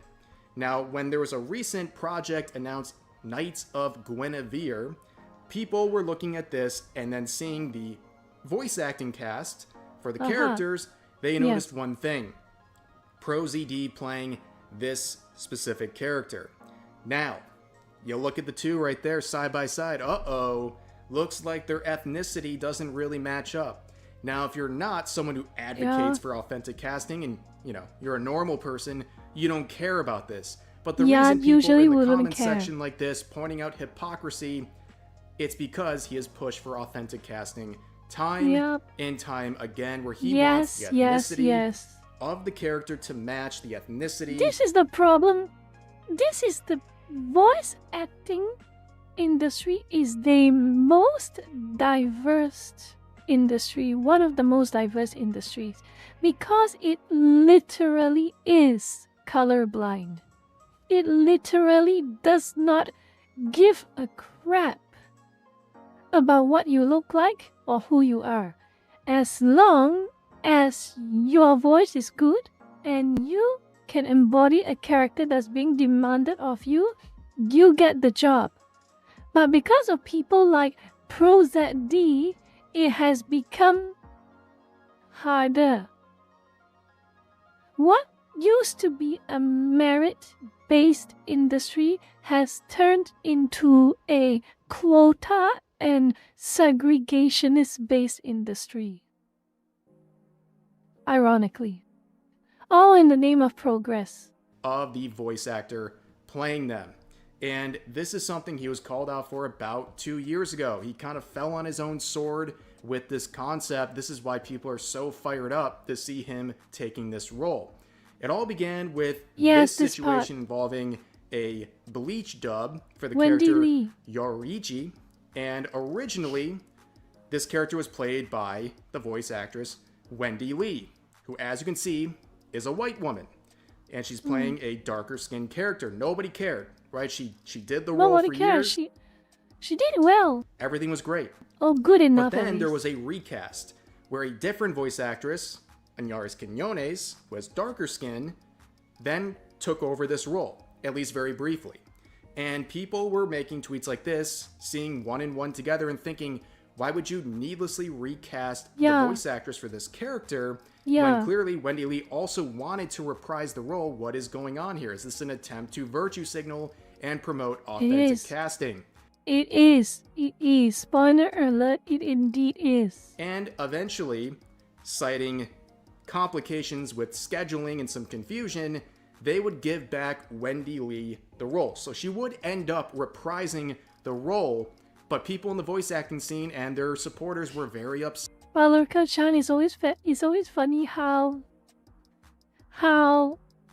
they pretend it never happened. With Samurai Jack especially. Samurai Jack was the biggest example. Nobody cared, but for some reason they pretended Samurai Jack was never a thing. Said about this, where people were crying foul, that there was something not right about this. And they were even pointing out Wendy Lee's reaction on social media once she did get her role back, saying she was being insensitive to those comforting Quiñones after the recast. And quoting a related post, ProZD would say the recast was already unacceptable, but this is just the effing yikes on top. Why is it unacceptable? Why is it unacceptable, ProZD? I know it's a bit old already, this point, but why is it unacceptable? Wendy had her role for a very long time, and then briefly, for arbitrary reasons, she was deprived of that role, and only because of complaints from Bleach fans and industry people. Also, let's be fair here, she only managed to get back the role that was taken from her. Now, the last part is referring to what they believe are insensitive comments she was making about the situation, referring to Wendy Lee. But as you can see, the first part is making it very clear. He's implying that the recast, that Wendy Lee getting her role back, was already unacceptable. And reading between the lines in his support of authentic casting, the only explanation is that he thought she shouldn't play that role because her skin color didn't match up with the character. And this is something he made very clear in an interview around that time. Do you feel like your opportunities are limited? Do you feel like more opportunities would be open to you if you were, a white male, being by what you've seen so far? I definitely would have more opportunities if I were white, for sure. There's no doubt about that. I mean, even comparing now to like let's say like 5-10 years ago, it's definitely changed. Like, I think studios are much more aware of, hey, we should, cast authentically, so there have been... This interview ruined a lot of voice actors' careers. A lot.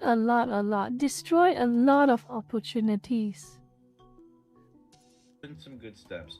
We still have a long way to go. So to make this very clear, authentic casting is something that's trying to force voice actors to only play roles where the ethnicity of the character matches their own. This is something that is so progressive, it is regressive. A lot of these people cite an attempt to even the playing field where minority... That's why I say it is a segregationist policy. It is old school segregation policy.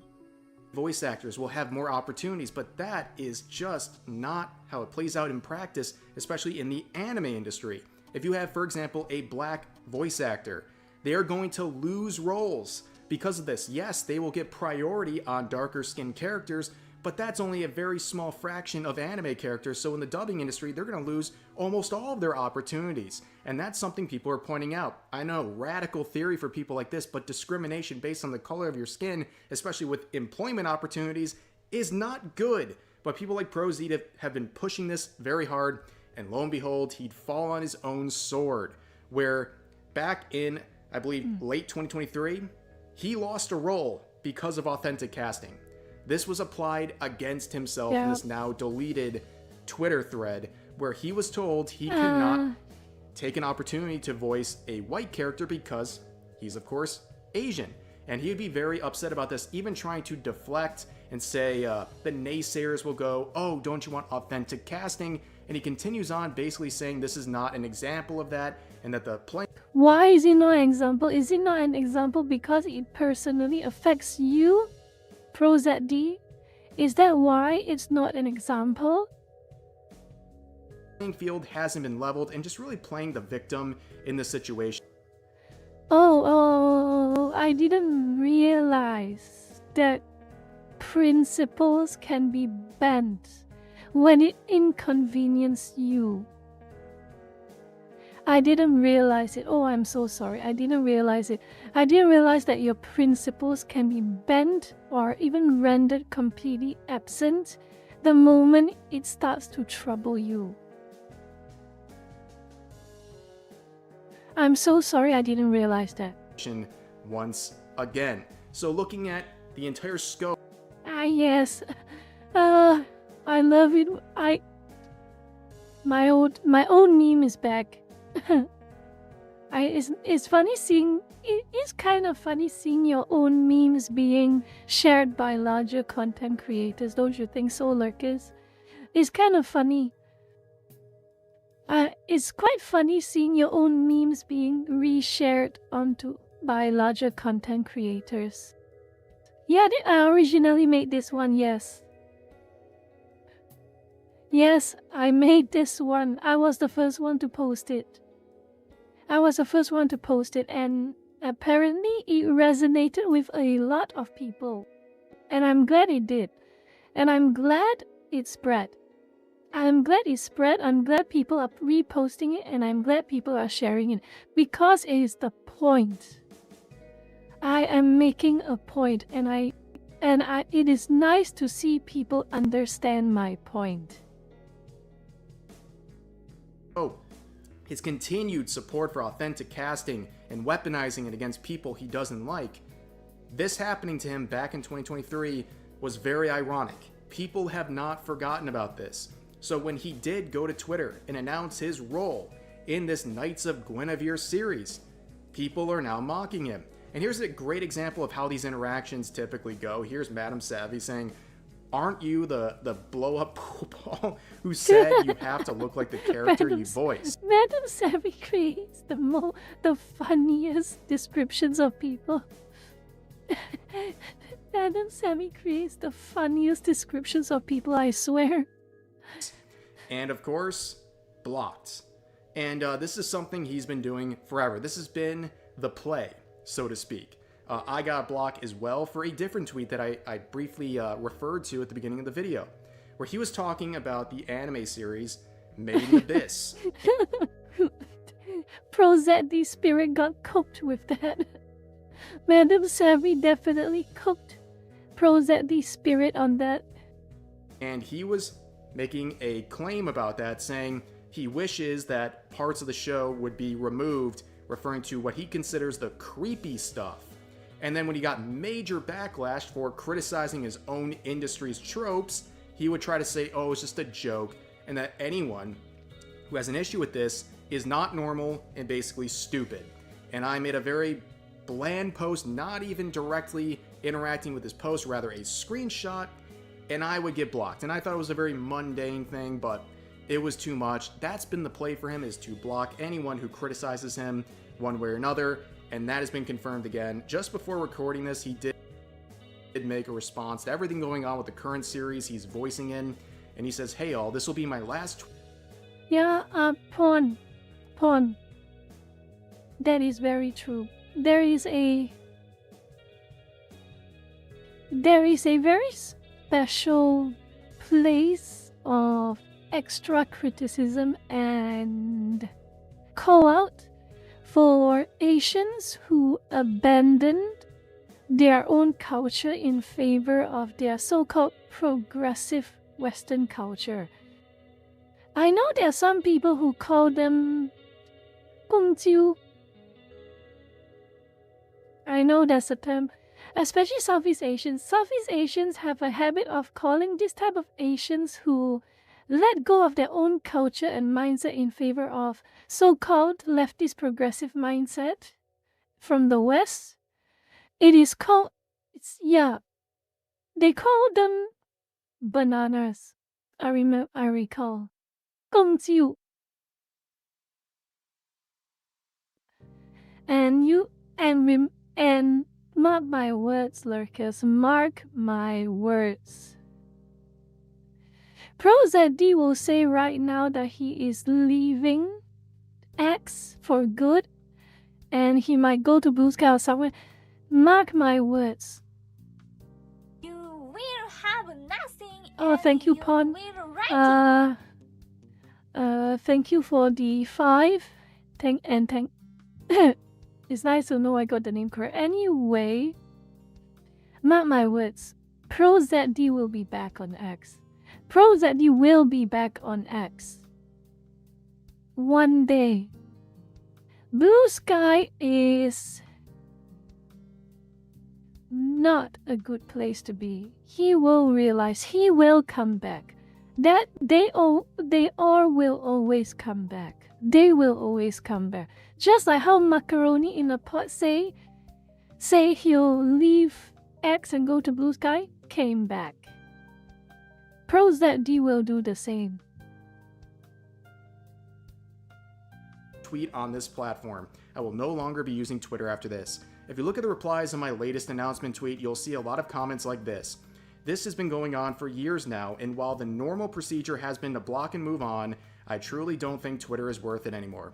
In the past, I have expressed that I think diversity in casting is important. It's a complicated topic, but at the end of the day, I will stand by this. I think it's important for voice actors to be given equal opportunity. Then make it colorblind, just like the old voice acting industry, you dense fool.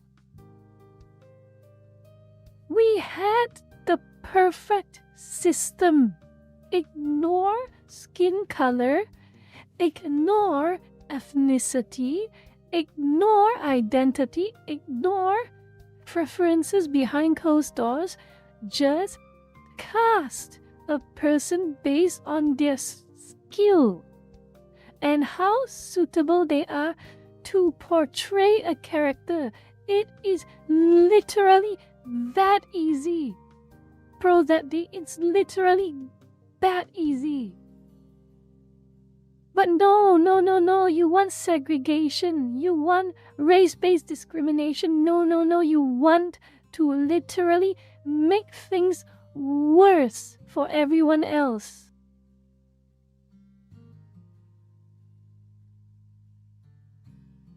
And I think there have been positive changes on that front. A lot of bad faith arguers have tried to paint this as me saying things I never said. And of course, No, you say cast authentically, and it's a good thing that the industry is casting authentically. That was what you said. No one misunderstood what you said. If you have a problem with that, ask yourself what you said wrong. Of course, we're going to read the part 2 of this, but we know he's not just promoting diversity. In fact, authentic casting that he has made very clear is something he supports, does the exact opposite in practice. We all know this. It's ruining a naturally, very organically diverse industry where your looks shouldn't matter whatsoever. It's just the quality of your voice acting skill. But anyways, he continues on saying, I've been reluctant to address this for years because I know a lot of these people will not listen to reason no matter what I say, and I have not wanted to add to this ongoing drama. Twitter especially is a cesspool for hatred, and it's been awful these past few years, but I think it's important for people to know that this has been happening. This is the last time I'll comment on any of this. Goodbye, Twitter. You truly suck. And he gives 3 examples of cherry-picked comments. Oh, by the way, man, people like you makes me think that we should bring back that Asian hate. And if you notice the commenter, it is an Asian. Philip Chan. That kind of defeats your purpose, don't you? Philip Chan.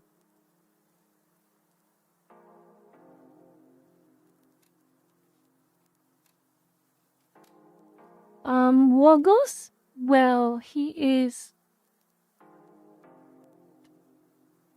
Well, Woggles is being mean, for sure. But when he said the other half, weren't you the person who say people should only voice their own race that's not an Asian? He is in fact speaking the truth.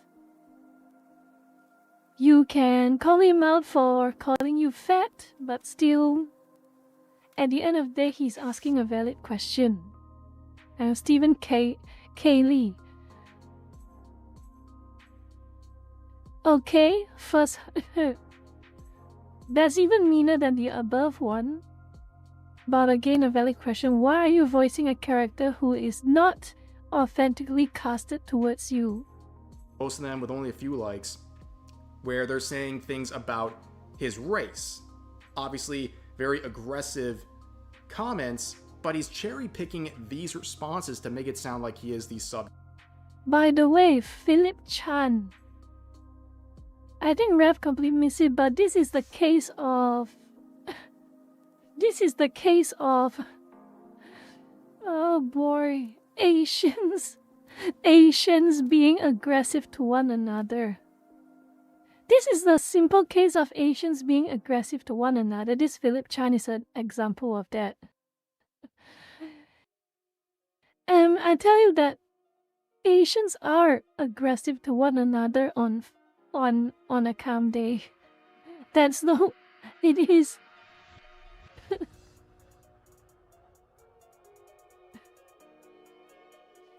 So yeah, if you're trying to say that Philip Chan is maliciously racist, well, firstly, Philip Chan.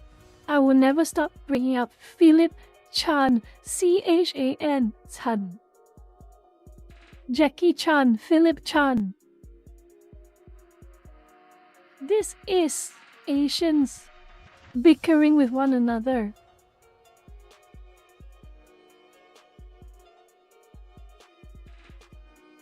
So yeah, the first one's completely invalid, in my opinion. Object of racism, like that's the only thing going on here.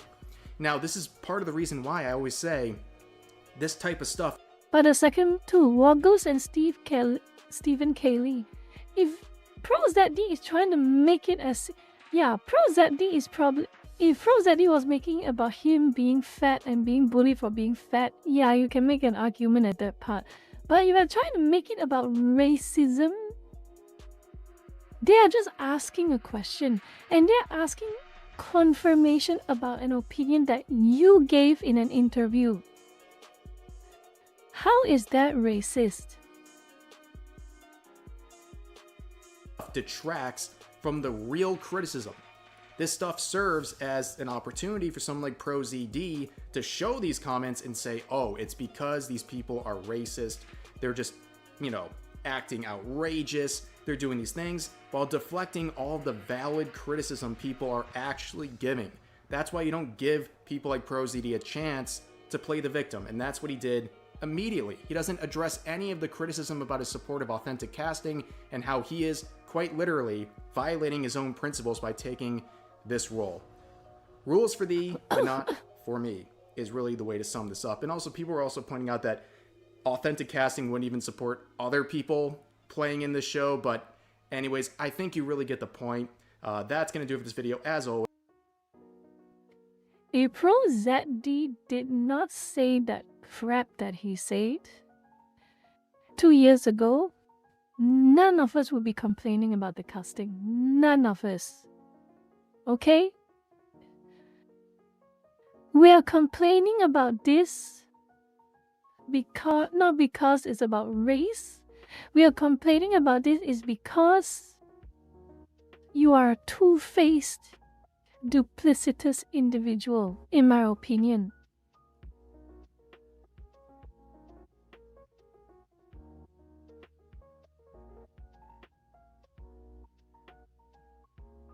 So that's it for that is another video down. Let's see what else. What else you just keep?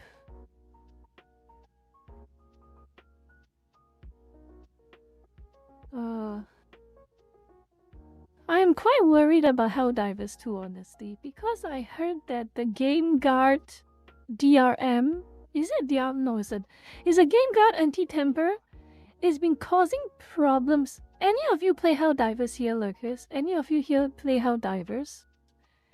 Because I have seen a video that has made me a bit worried. A bit worried indeed.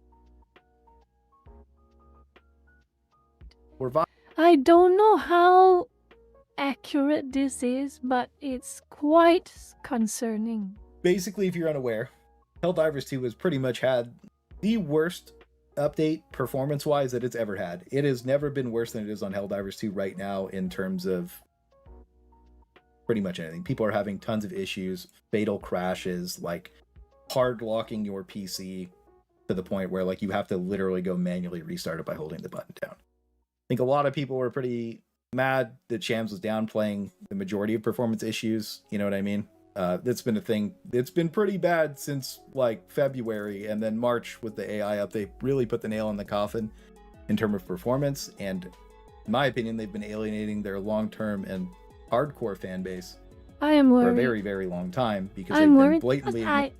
in terms of personal experiences, I have experienced how Helldivers is capable of causing harm to your PC, especially on the topic of Game Guard. Twice it has happened, although they are, touch wood, there are like 1 in 100 chances it will happen, a 1% chance it will happen, but when it happens, oh, it happens. Black screen. Complete black screen. I had to restart my laptop to get it working again. Hard reset. And it only happens with Helldivers. I am left to suspect that it has something to do with their Game Guard. Rodolfo, hello. But something has to be done with Game Guard. Something has to be done with Game Guard. I don't know why they chose to use Game Guard and not Easy Anti-Cheat. I do not understand.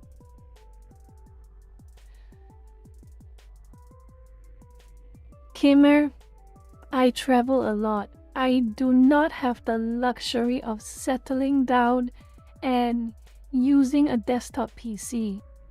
I do not have that luxury. Ignoring these performance issues, and now it's at the point where it's starting to damage people's computers. Now, in my situation, this was a Windows 11 thing that did kill my SSD, but GameGuard played a major role in that. So what ended up happening was, usually when I'm streaming, I'll push record for the duration of a game, which is usually like anywhere from 20 to 40. You know how the average goes. That's usually between 2 and 5 gigabytes. While I was streaming, my stream crashed, everything went down, black screen. GameGuard memory dumped my PC. I started my computer back up. You know, I was like pissed off and annoyed, but I'd known that there were some problems with the updates. I was like, whatever, I'm just gonna keep blasting. I get back on stream, I look at my file size, it's 130-ish gigabytes, which is about the same size as Helldivers 2, oddly enough. And the file's obviously corrupted, also an MP4, so if an MP4 gets cut off or whatever, it does just brick the file. Everybody knows that, right? That's perfectly fine. But the bloat in the file size is the real issue. Now, one of the problems right now is that with Windows 11 on this specific security update, if you have a very large file write, it will kill your SSD. So this is exactly what happened to me. And Jay's 2 cents, I'll have this video linked in the description of what I'm talking about, tells you how to uninstall that update. Now, if you're on Windows 11 Home, you can only pause updates for 5 weeks, which is what I did after I removed it the first time. So it got back on without me really knowing about it, right? You know what I mean? And I didn't think about it, right? So I have unreinstalled it again and paused updates for 5 weeks. But in the time frame of this happening, I lost a Samsung 870 EVO 4 terabyte SSD, which is what? Wait, what? What is the face? What happened? Lurker-chan, why are so many lurkers saying what's wrong with my face? Lurker-chan, why is everyone saying what's wrong with my face?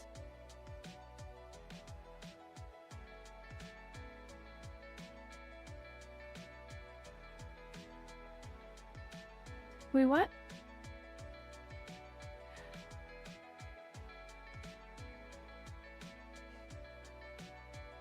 Roughly $520 Canadian, not on sale, $400 Canadian on sale, right? I just picked a new one up. Luckily it was on sale, and thank you to my community for helping me buy a new one. I really do genuinely appreciate it. But I think it's very important that we start talking about how Helldivers 2 is actually starting to cause serious issues, and in my case, damaging components, because I don't want to see anybody else end up in the same situation as me where they end up with this problem. So make sure you go through and do what Jay says, and make sure that when you are playing Helldivers 2, you are not recording or you know what I mean, which is really bad for creators. Make sure you're not downloading anything or creating any kind of file so the GameGuard can't corrupt it. Let's use SSDs. This is a SSD problem, right? So when I did report it, I got told to... Just so you know, I read news about this. I talked about this 2 weeks ago about the KB3868 or 389, I forgot which one. The latest Windows 11 update. For those who are using Windows 11, let's say you bought a PC and it comes with Windows 11. You bought a laptop, it comes with Windows 11. You have no choice, fine. But still, there is a new update out that still hasn't been new. There's no subsequent update just yet, and it has a increasingly verified risk of breaking your SSD. Of course, Microsoft being Microsoft, they say that they cannot find a linkage and they cannot find an issue. But when you have big YouTubers saying there is an issue, the new Windows 11 update is giving a big issue. There is an issue. There is likely an issue.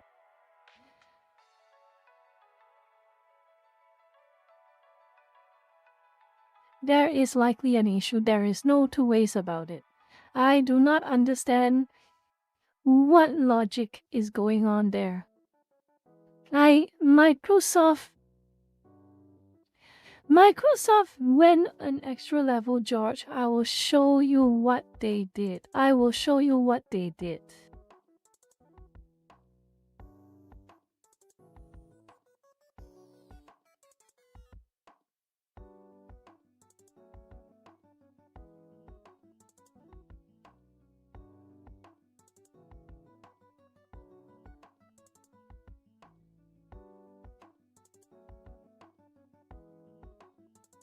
Long story short, Microsoft is denying that's a problem.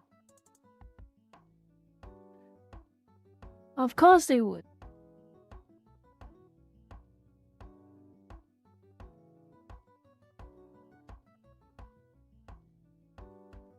Despite so many people on the internet experiencing the problem, they still deny it is a problem.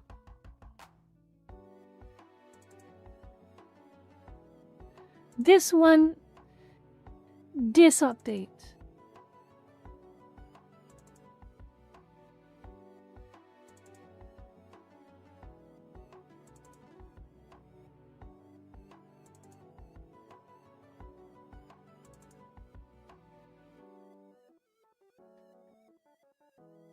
I don't think you are testing enough. In my opinion, I do not think you are testing enough. You are not testing enough, Microsoft. You're not testing enough. For all I know, you didn't even test. How do I know that you even test?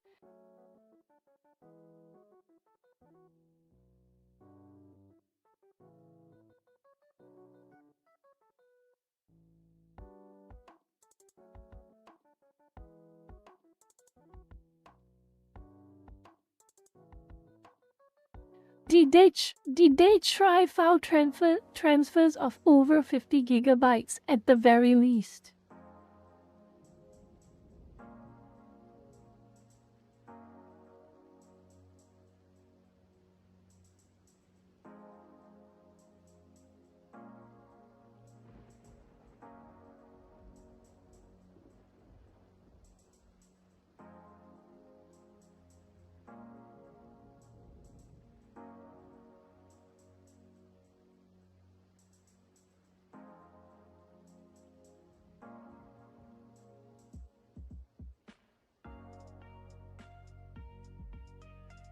Here's the problem. Yes, I already rolled back my update, and I invite everyone to do so as well. But here is the problem. You can only hold this update back for 5 weeks. You cannot pause it indefinitely. You cannot pause it indefinitely.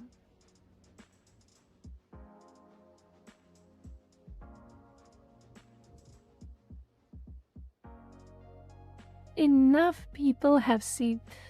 Big YouTubers are talking about a problem. Not just random Twitter accounts on random Japanese X accounts or random X accounts off and on. No, big YouTubers are confirming it is a problem.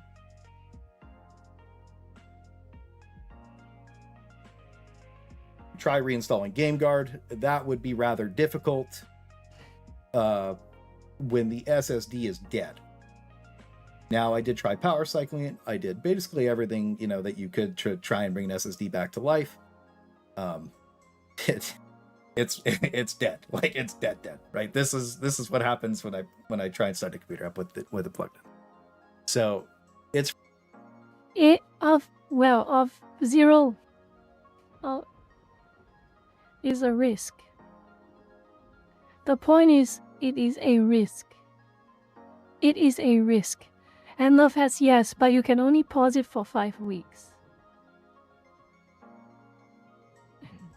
It's fried. The Samsung 870 EVO was not supposed to be on the list of affected SSDs that could be cooked off by Windows, but in fact mine is. Now, over time, more people are having this PC fatal crash error ever since the Halo ODST update. And since this update, so many PC players, my friends, are having crazy amounts of crashes, sometimes only after playing for 10 seconds. These are not the usual crash desktop issues, these are full-blown PC/CPU lockups. We have all different rigs, but experience the same issues, so I doubt it's a hardware issue. The new Xbox update, we're all excited to play with our Xbox friends. Stopped playing for several months, back because of similar issues, but it looks like it's gotten worse. It sucks now that our Xbox friends either have to play alone or suffer through constantly crashing. I've seen posts about this, but it doesn't seem to be getting a lot of attention. We've tried the homemade fixes, people have mentioned DS11, whatever, like all this stuff, but it's still a significant issue. How do we elevate this to the devs? Looking at Red doesn't respond. Any official acknowledgement of this yet? There has not been any official acknowledgement from Arrowhead Studios yet. I have pushed my problem to one of the lead community managers who has pushed it onto a dev so that they can take a serious look at it. So they're aware, but there hasn't been any official statements. And I do feel like if somebody's hardware broke, that you should probably get on top of that and make a public statement about it, but it could cause some panic. Now, in Wa's case, It also his 5090 almost died. It also causes similar problems to hard disk as well, Shadow. I recall that the original Japanese posters also say it affected hard disk as much as it does SSDs. How did this happen? So his PC crashed 5 times today. Guess how many times I tried to play? 5. Couldn't even complete a single mission. It crashes my whole PC. This game genuinely makes me so mad. This patch is unplayable for me. I tried to fix it. Keeps crashing. You delete this, it resets your in-game settings. That's what it is. As GameGuard isn't supposed to have access to this kind of stuff, it sure does. And it does sure like to hook into pretty much everything that it's not supposed to, even though we were told it was only supposed to hook into Helldivers. It can corrupt This is the very sus part.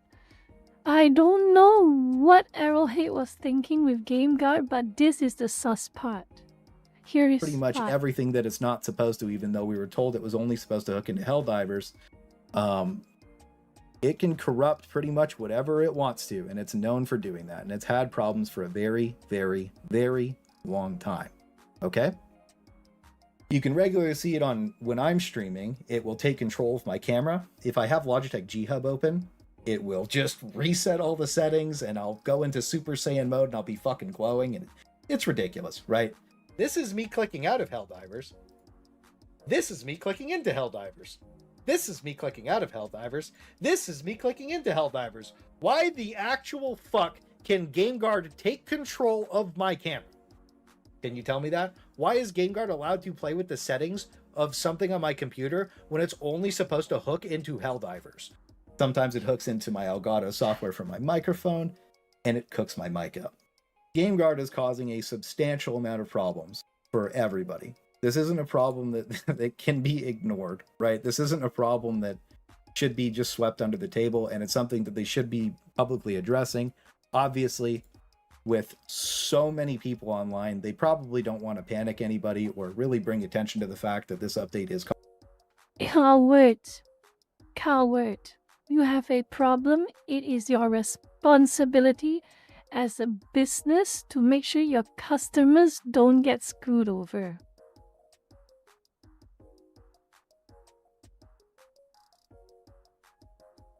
Causing so many issues, but we have to, because I don't want anybody else to end up in the same position as me, right? Like, I'm lucky that I could just replace my SSD. You know what I mean? That I could just I got lucky it was on sale, to be honest with you. Right? But $500 disposable income is pretty much an entire month of like, that's my for fun money. You know what I mean? And I think that most people are probably in about that same position. So it's like, sure, Windows 11 might have been the thing that, like, killed my drive or whatever, right? But, like, Windows 11 was the gun. GameGuard was certainly the thing that pulled the trigger on that. And I am 100% certain about that, right? And if I'm wrong, sure, it is what it is. But there's only so many coincidences for something is just, is what it is, right? Yeah. And I really just wanted to bring attention to the fact that GameGuard is causing problems. And if you are experiencing hard lock issues where you do have to manually restart your computer. It happened to me twice, Lurkers. It happened to me twice. Black screen. And I had to hard reset for everything to work again. It happened to me twice. And that's 2 times too many.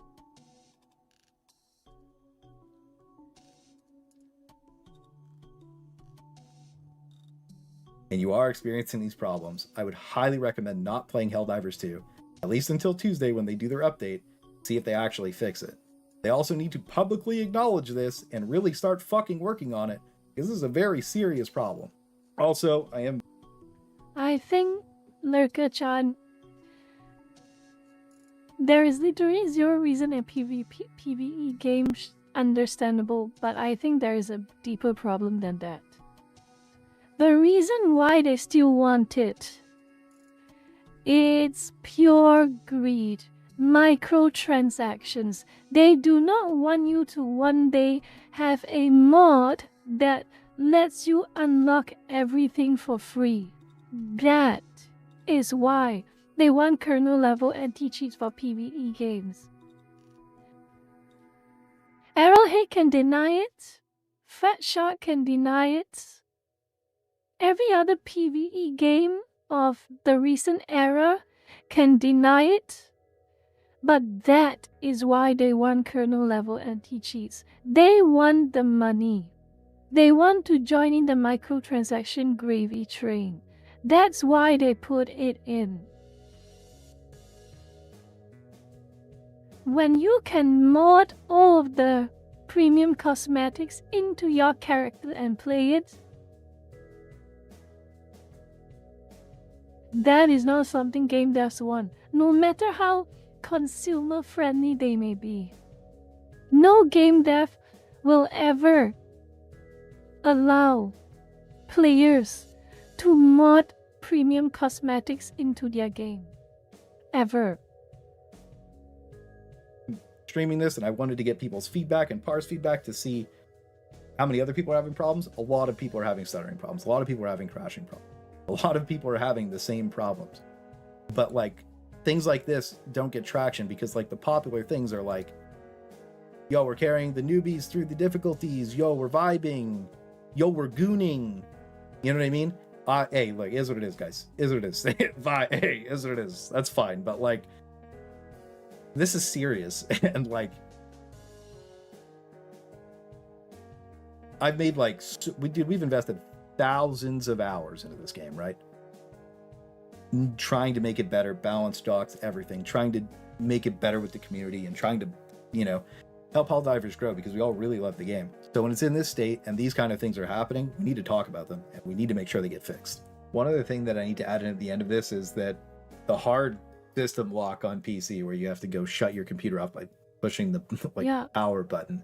Yes. It does seem to be happening on the higher end computers, and people across the board are getting the crazy stuttering, the lag, like, you know, and then like their game crashes or like crazy stuttering, the lag, like wait. the higher end computer. The end of this is that the hard system lock on PC where you have to go shut your computer off by pushing the like power button. It does seem to be happening on the higher end computers, and yes, no wonder. Wow, gee, thanks a lot, Arrowhead. Thanks a lot. I'm glad. I feel flattered, but I feel offended too.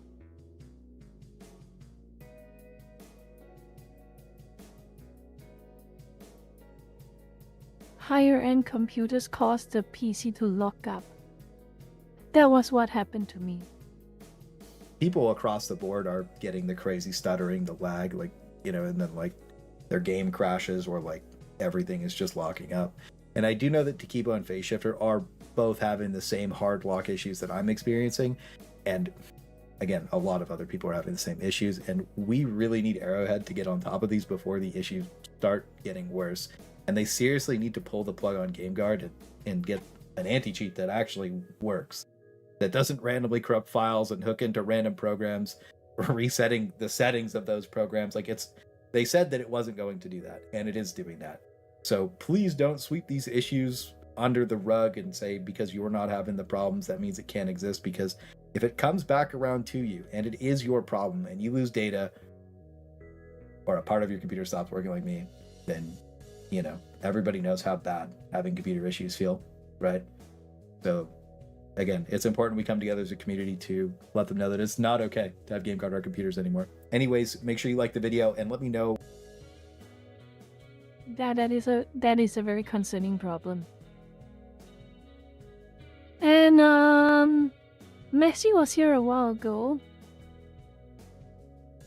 Maxi, if you're still here, I don't know if you are here.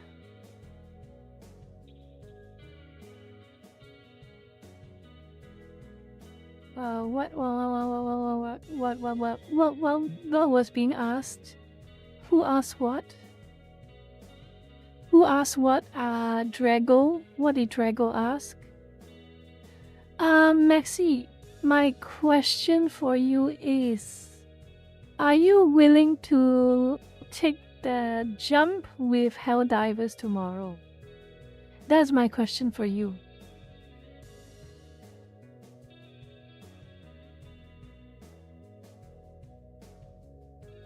Are you willing to take that jump? And also 2 of your other friends. Your friend Iron Elf and the other one, what's his other name? Let me check.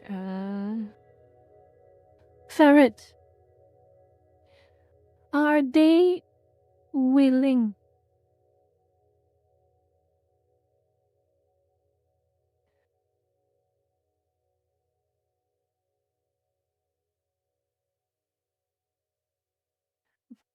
Play Quick Live. Are they willing to put their PCs at risk? Why does it have to be like this? I don't get it. Why does it have to be like this? Why do devs always make life miserable for everyone else? Why? Why? Windows 11 with their BS update. Not Arrowhead with their BS game guide anti-cheat that causes so much problems.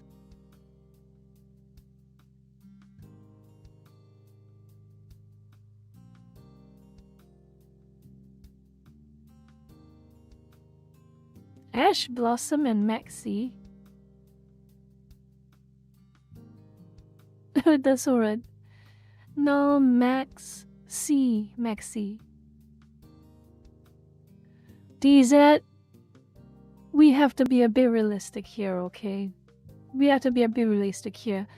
Not all of us are programmers. Not all of us have tens of hours to learn how to properly install and code Linux. Unfortunately.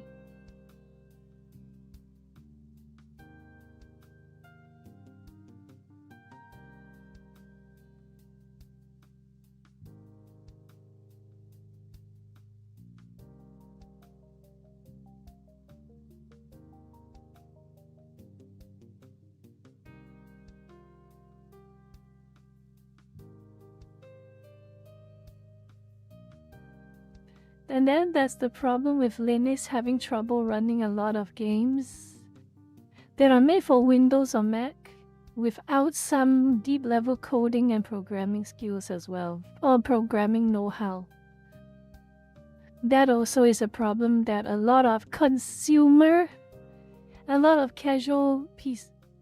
computer consumers are with for SteamOS. It looks like SteamOS might be the competitor. I might get SteamOS. It's probably the smarter thing to do. Wait for SteamOS. With a little luck, it'll come out and it's a good competitor for Windows.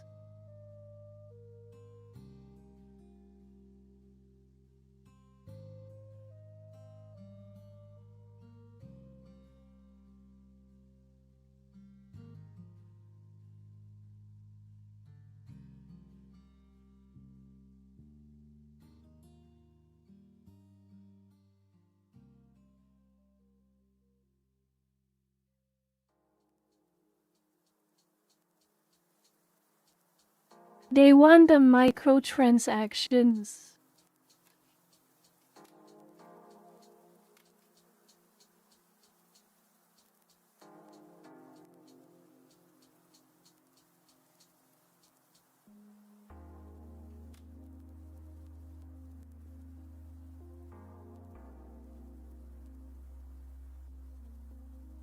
I don't know why they use GameGuard. I really do not know why they use GameGuard. Why of all the anti-cheats they use GameGuard? Why GameGuard?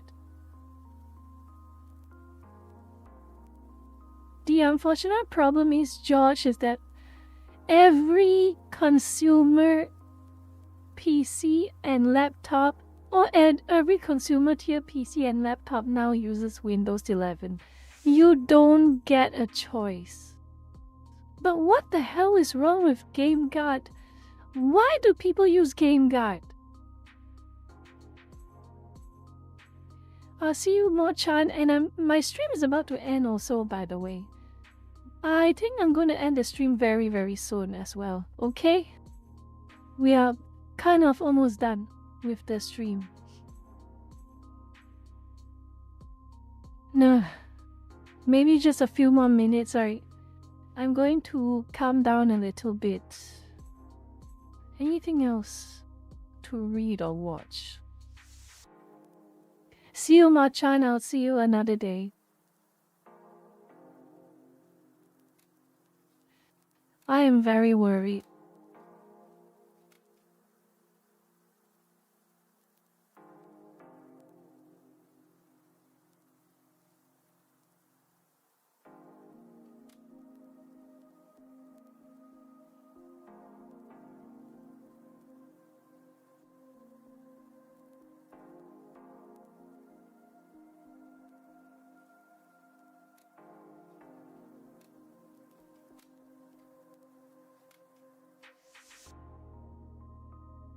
I am a bit shocked by the amount of people not mentioning the problems with Helldivers in terms of hardware issues, software and hardware issues.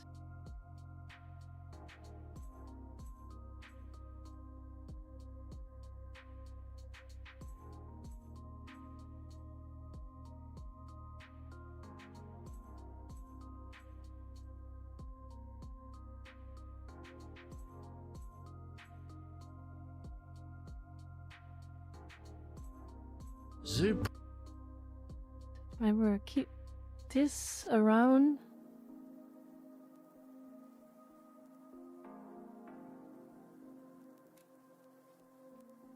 What the hell is this story? I'll have a look at that later.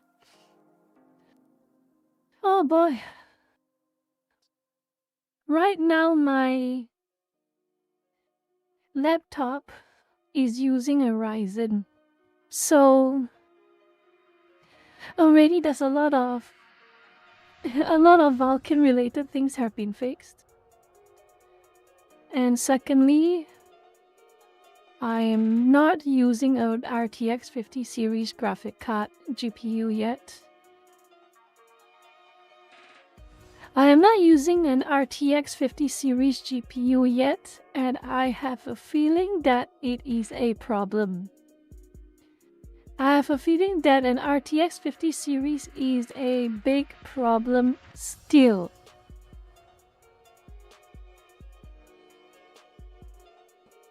I will wait for the 60 series and see if it is any better. I hope it will be. The RTX 50 series is horrible. The physics support is horrible. I hope the 60 series laptops are a little better.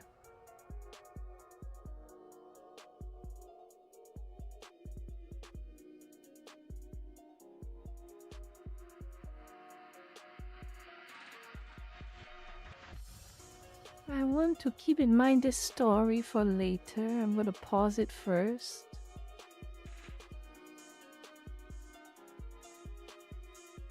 Oh yeah. This will go down in history. Let me see. Let's find something.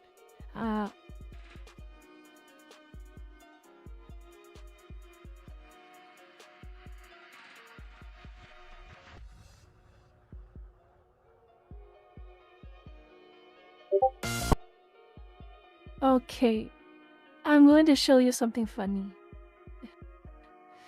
On a lighter note. Huh?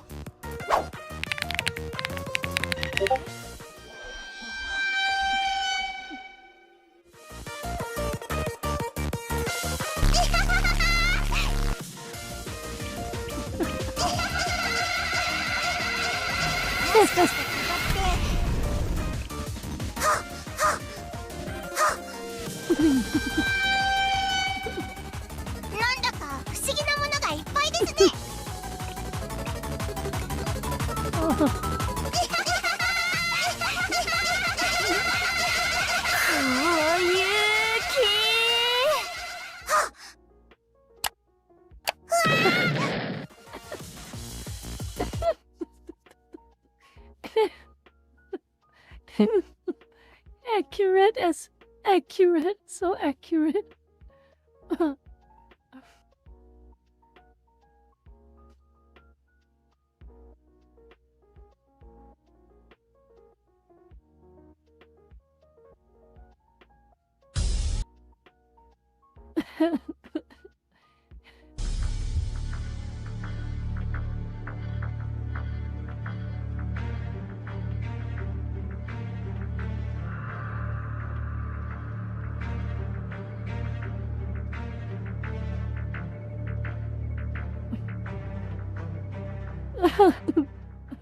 Oh no. Oh no.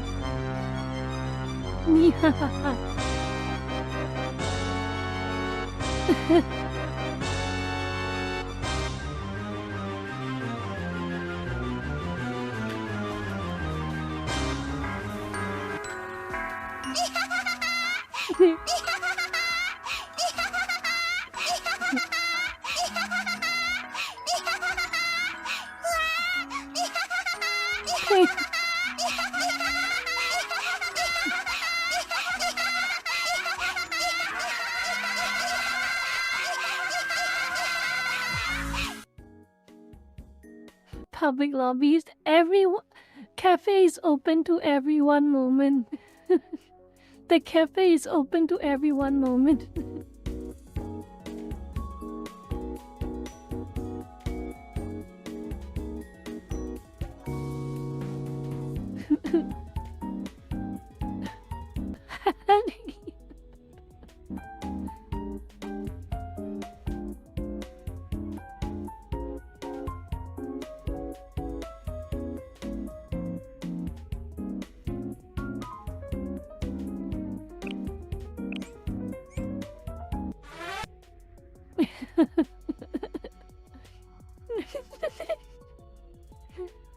This is so funny.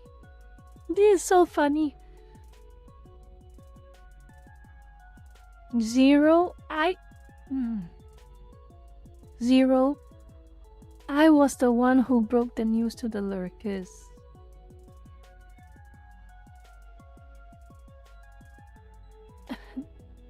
I was the one who broke the news to the lurkers. And would you look at that?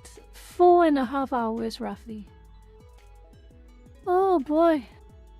Okay, lurkers, I really have to go to... I will really see y'all tomorrow. I have to rest. I have to rest already today. I have to prepare for tomorrow's stream. I'm going to start really early tomorrow. So you lurkers, be sure to be... If you are available, go attend, okay? Like I said, I will be streaming tomorrow.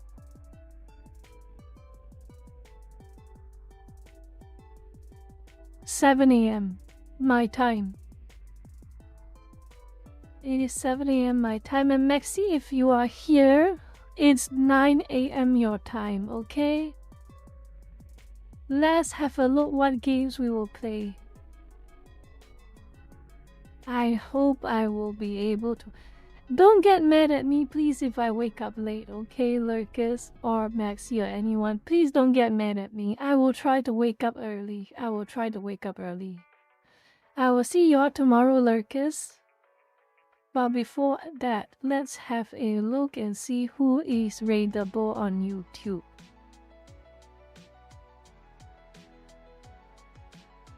Who is raidable on YouTube today? Who is raidable on YouTube?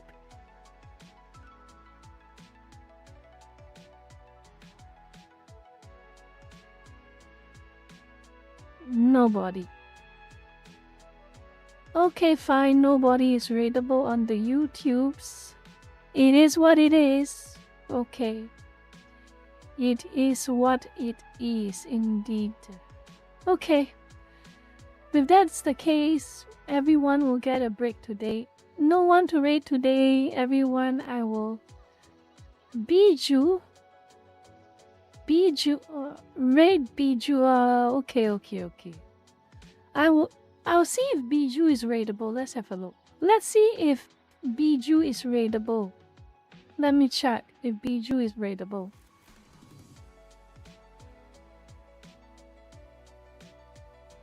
Let me check. Don't go anywhere, Lucas, please. Don't go. Well, you can leave if you want to go. But still, let me have a look.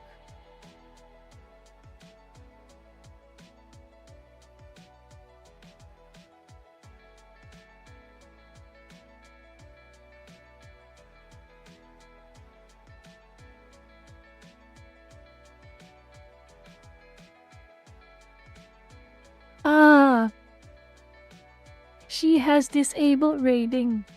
Unfortunately, Zero. Bijou has disabled raiding. Okay? So that's not gonna happen. So lurkers, I will see you all tomorrow very, very early my time, okay? Bao! Let me have a look. Okay, fine, let me just keep having a look. Bao, let me have a look. Let me look at Bao. Hold on a minute, let me look at Bao.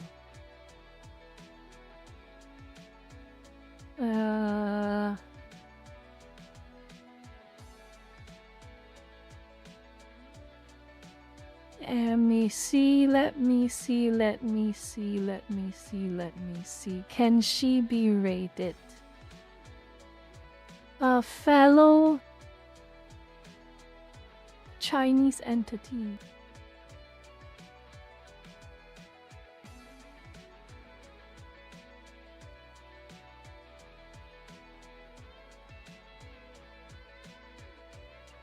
What's... Oh, okay, fine. She also disabled raiding. She also disabled raiding.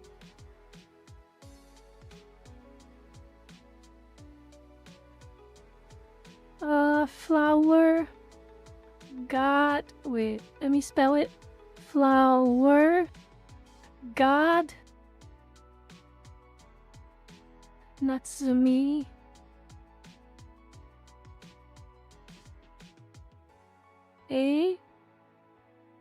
Is she on Twitch or YouTube? Yes, raiding is disabled by default. People have to opt into raid. Flower God. Is it called Hana Channel? Is it called Hana Channel? Are you sure it's called Flower God Natsumi? I don't see any Flower God Natsumi in the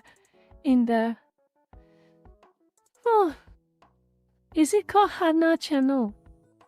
You sure? Let me just find it on YouTube. Hold on. I just need you to be very, very certain. Okay, look, Sean, let me check.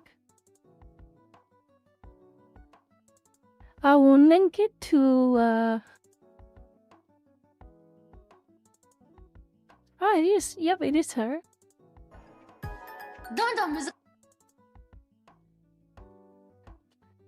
This one, right? This one? If that's the case, we can rate her, okay? We can rate her. Let me just...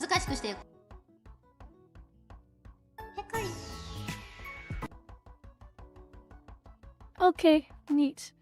So yeah, we have someone to rate. We have someone to rate. So Lucas, if you want to stay back to rate, we will stay. You'll be going to Hana, okay? She is rateable. Finally, someone I can rate. Anyway, lurkers, I will end the stream soon. Stick around, and we should be rateable. By the way, Zero, don't make sure to not annoy new people, okay? Because first time rating her, don't try to leave a good impression, okay? Zero. Anyway, thank you, lurkers, for joining today's stream. Tomorrow will be 7 AM. Oh my god, 7 AM. I hope I can stay awake. Anyway, 7 AM tomorrow. Thank you, lurkers, and see you. Bye-bye.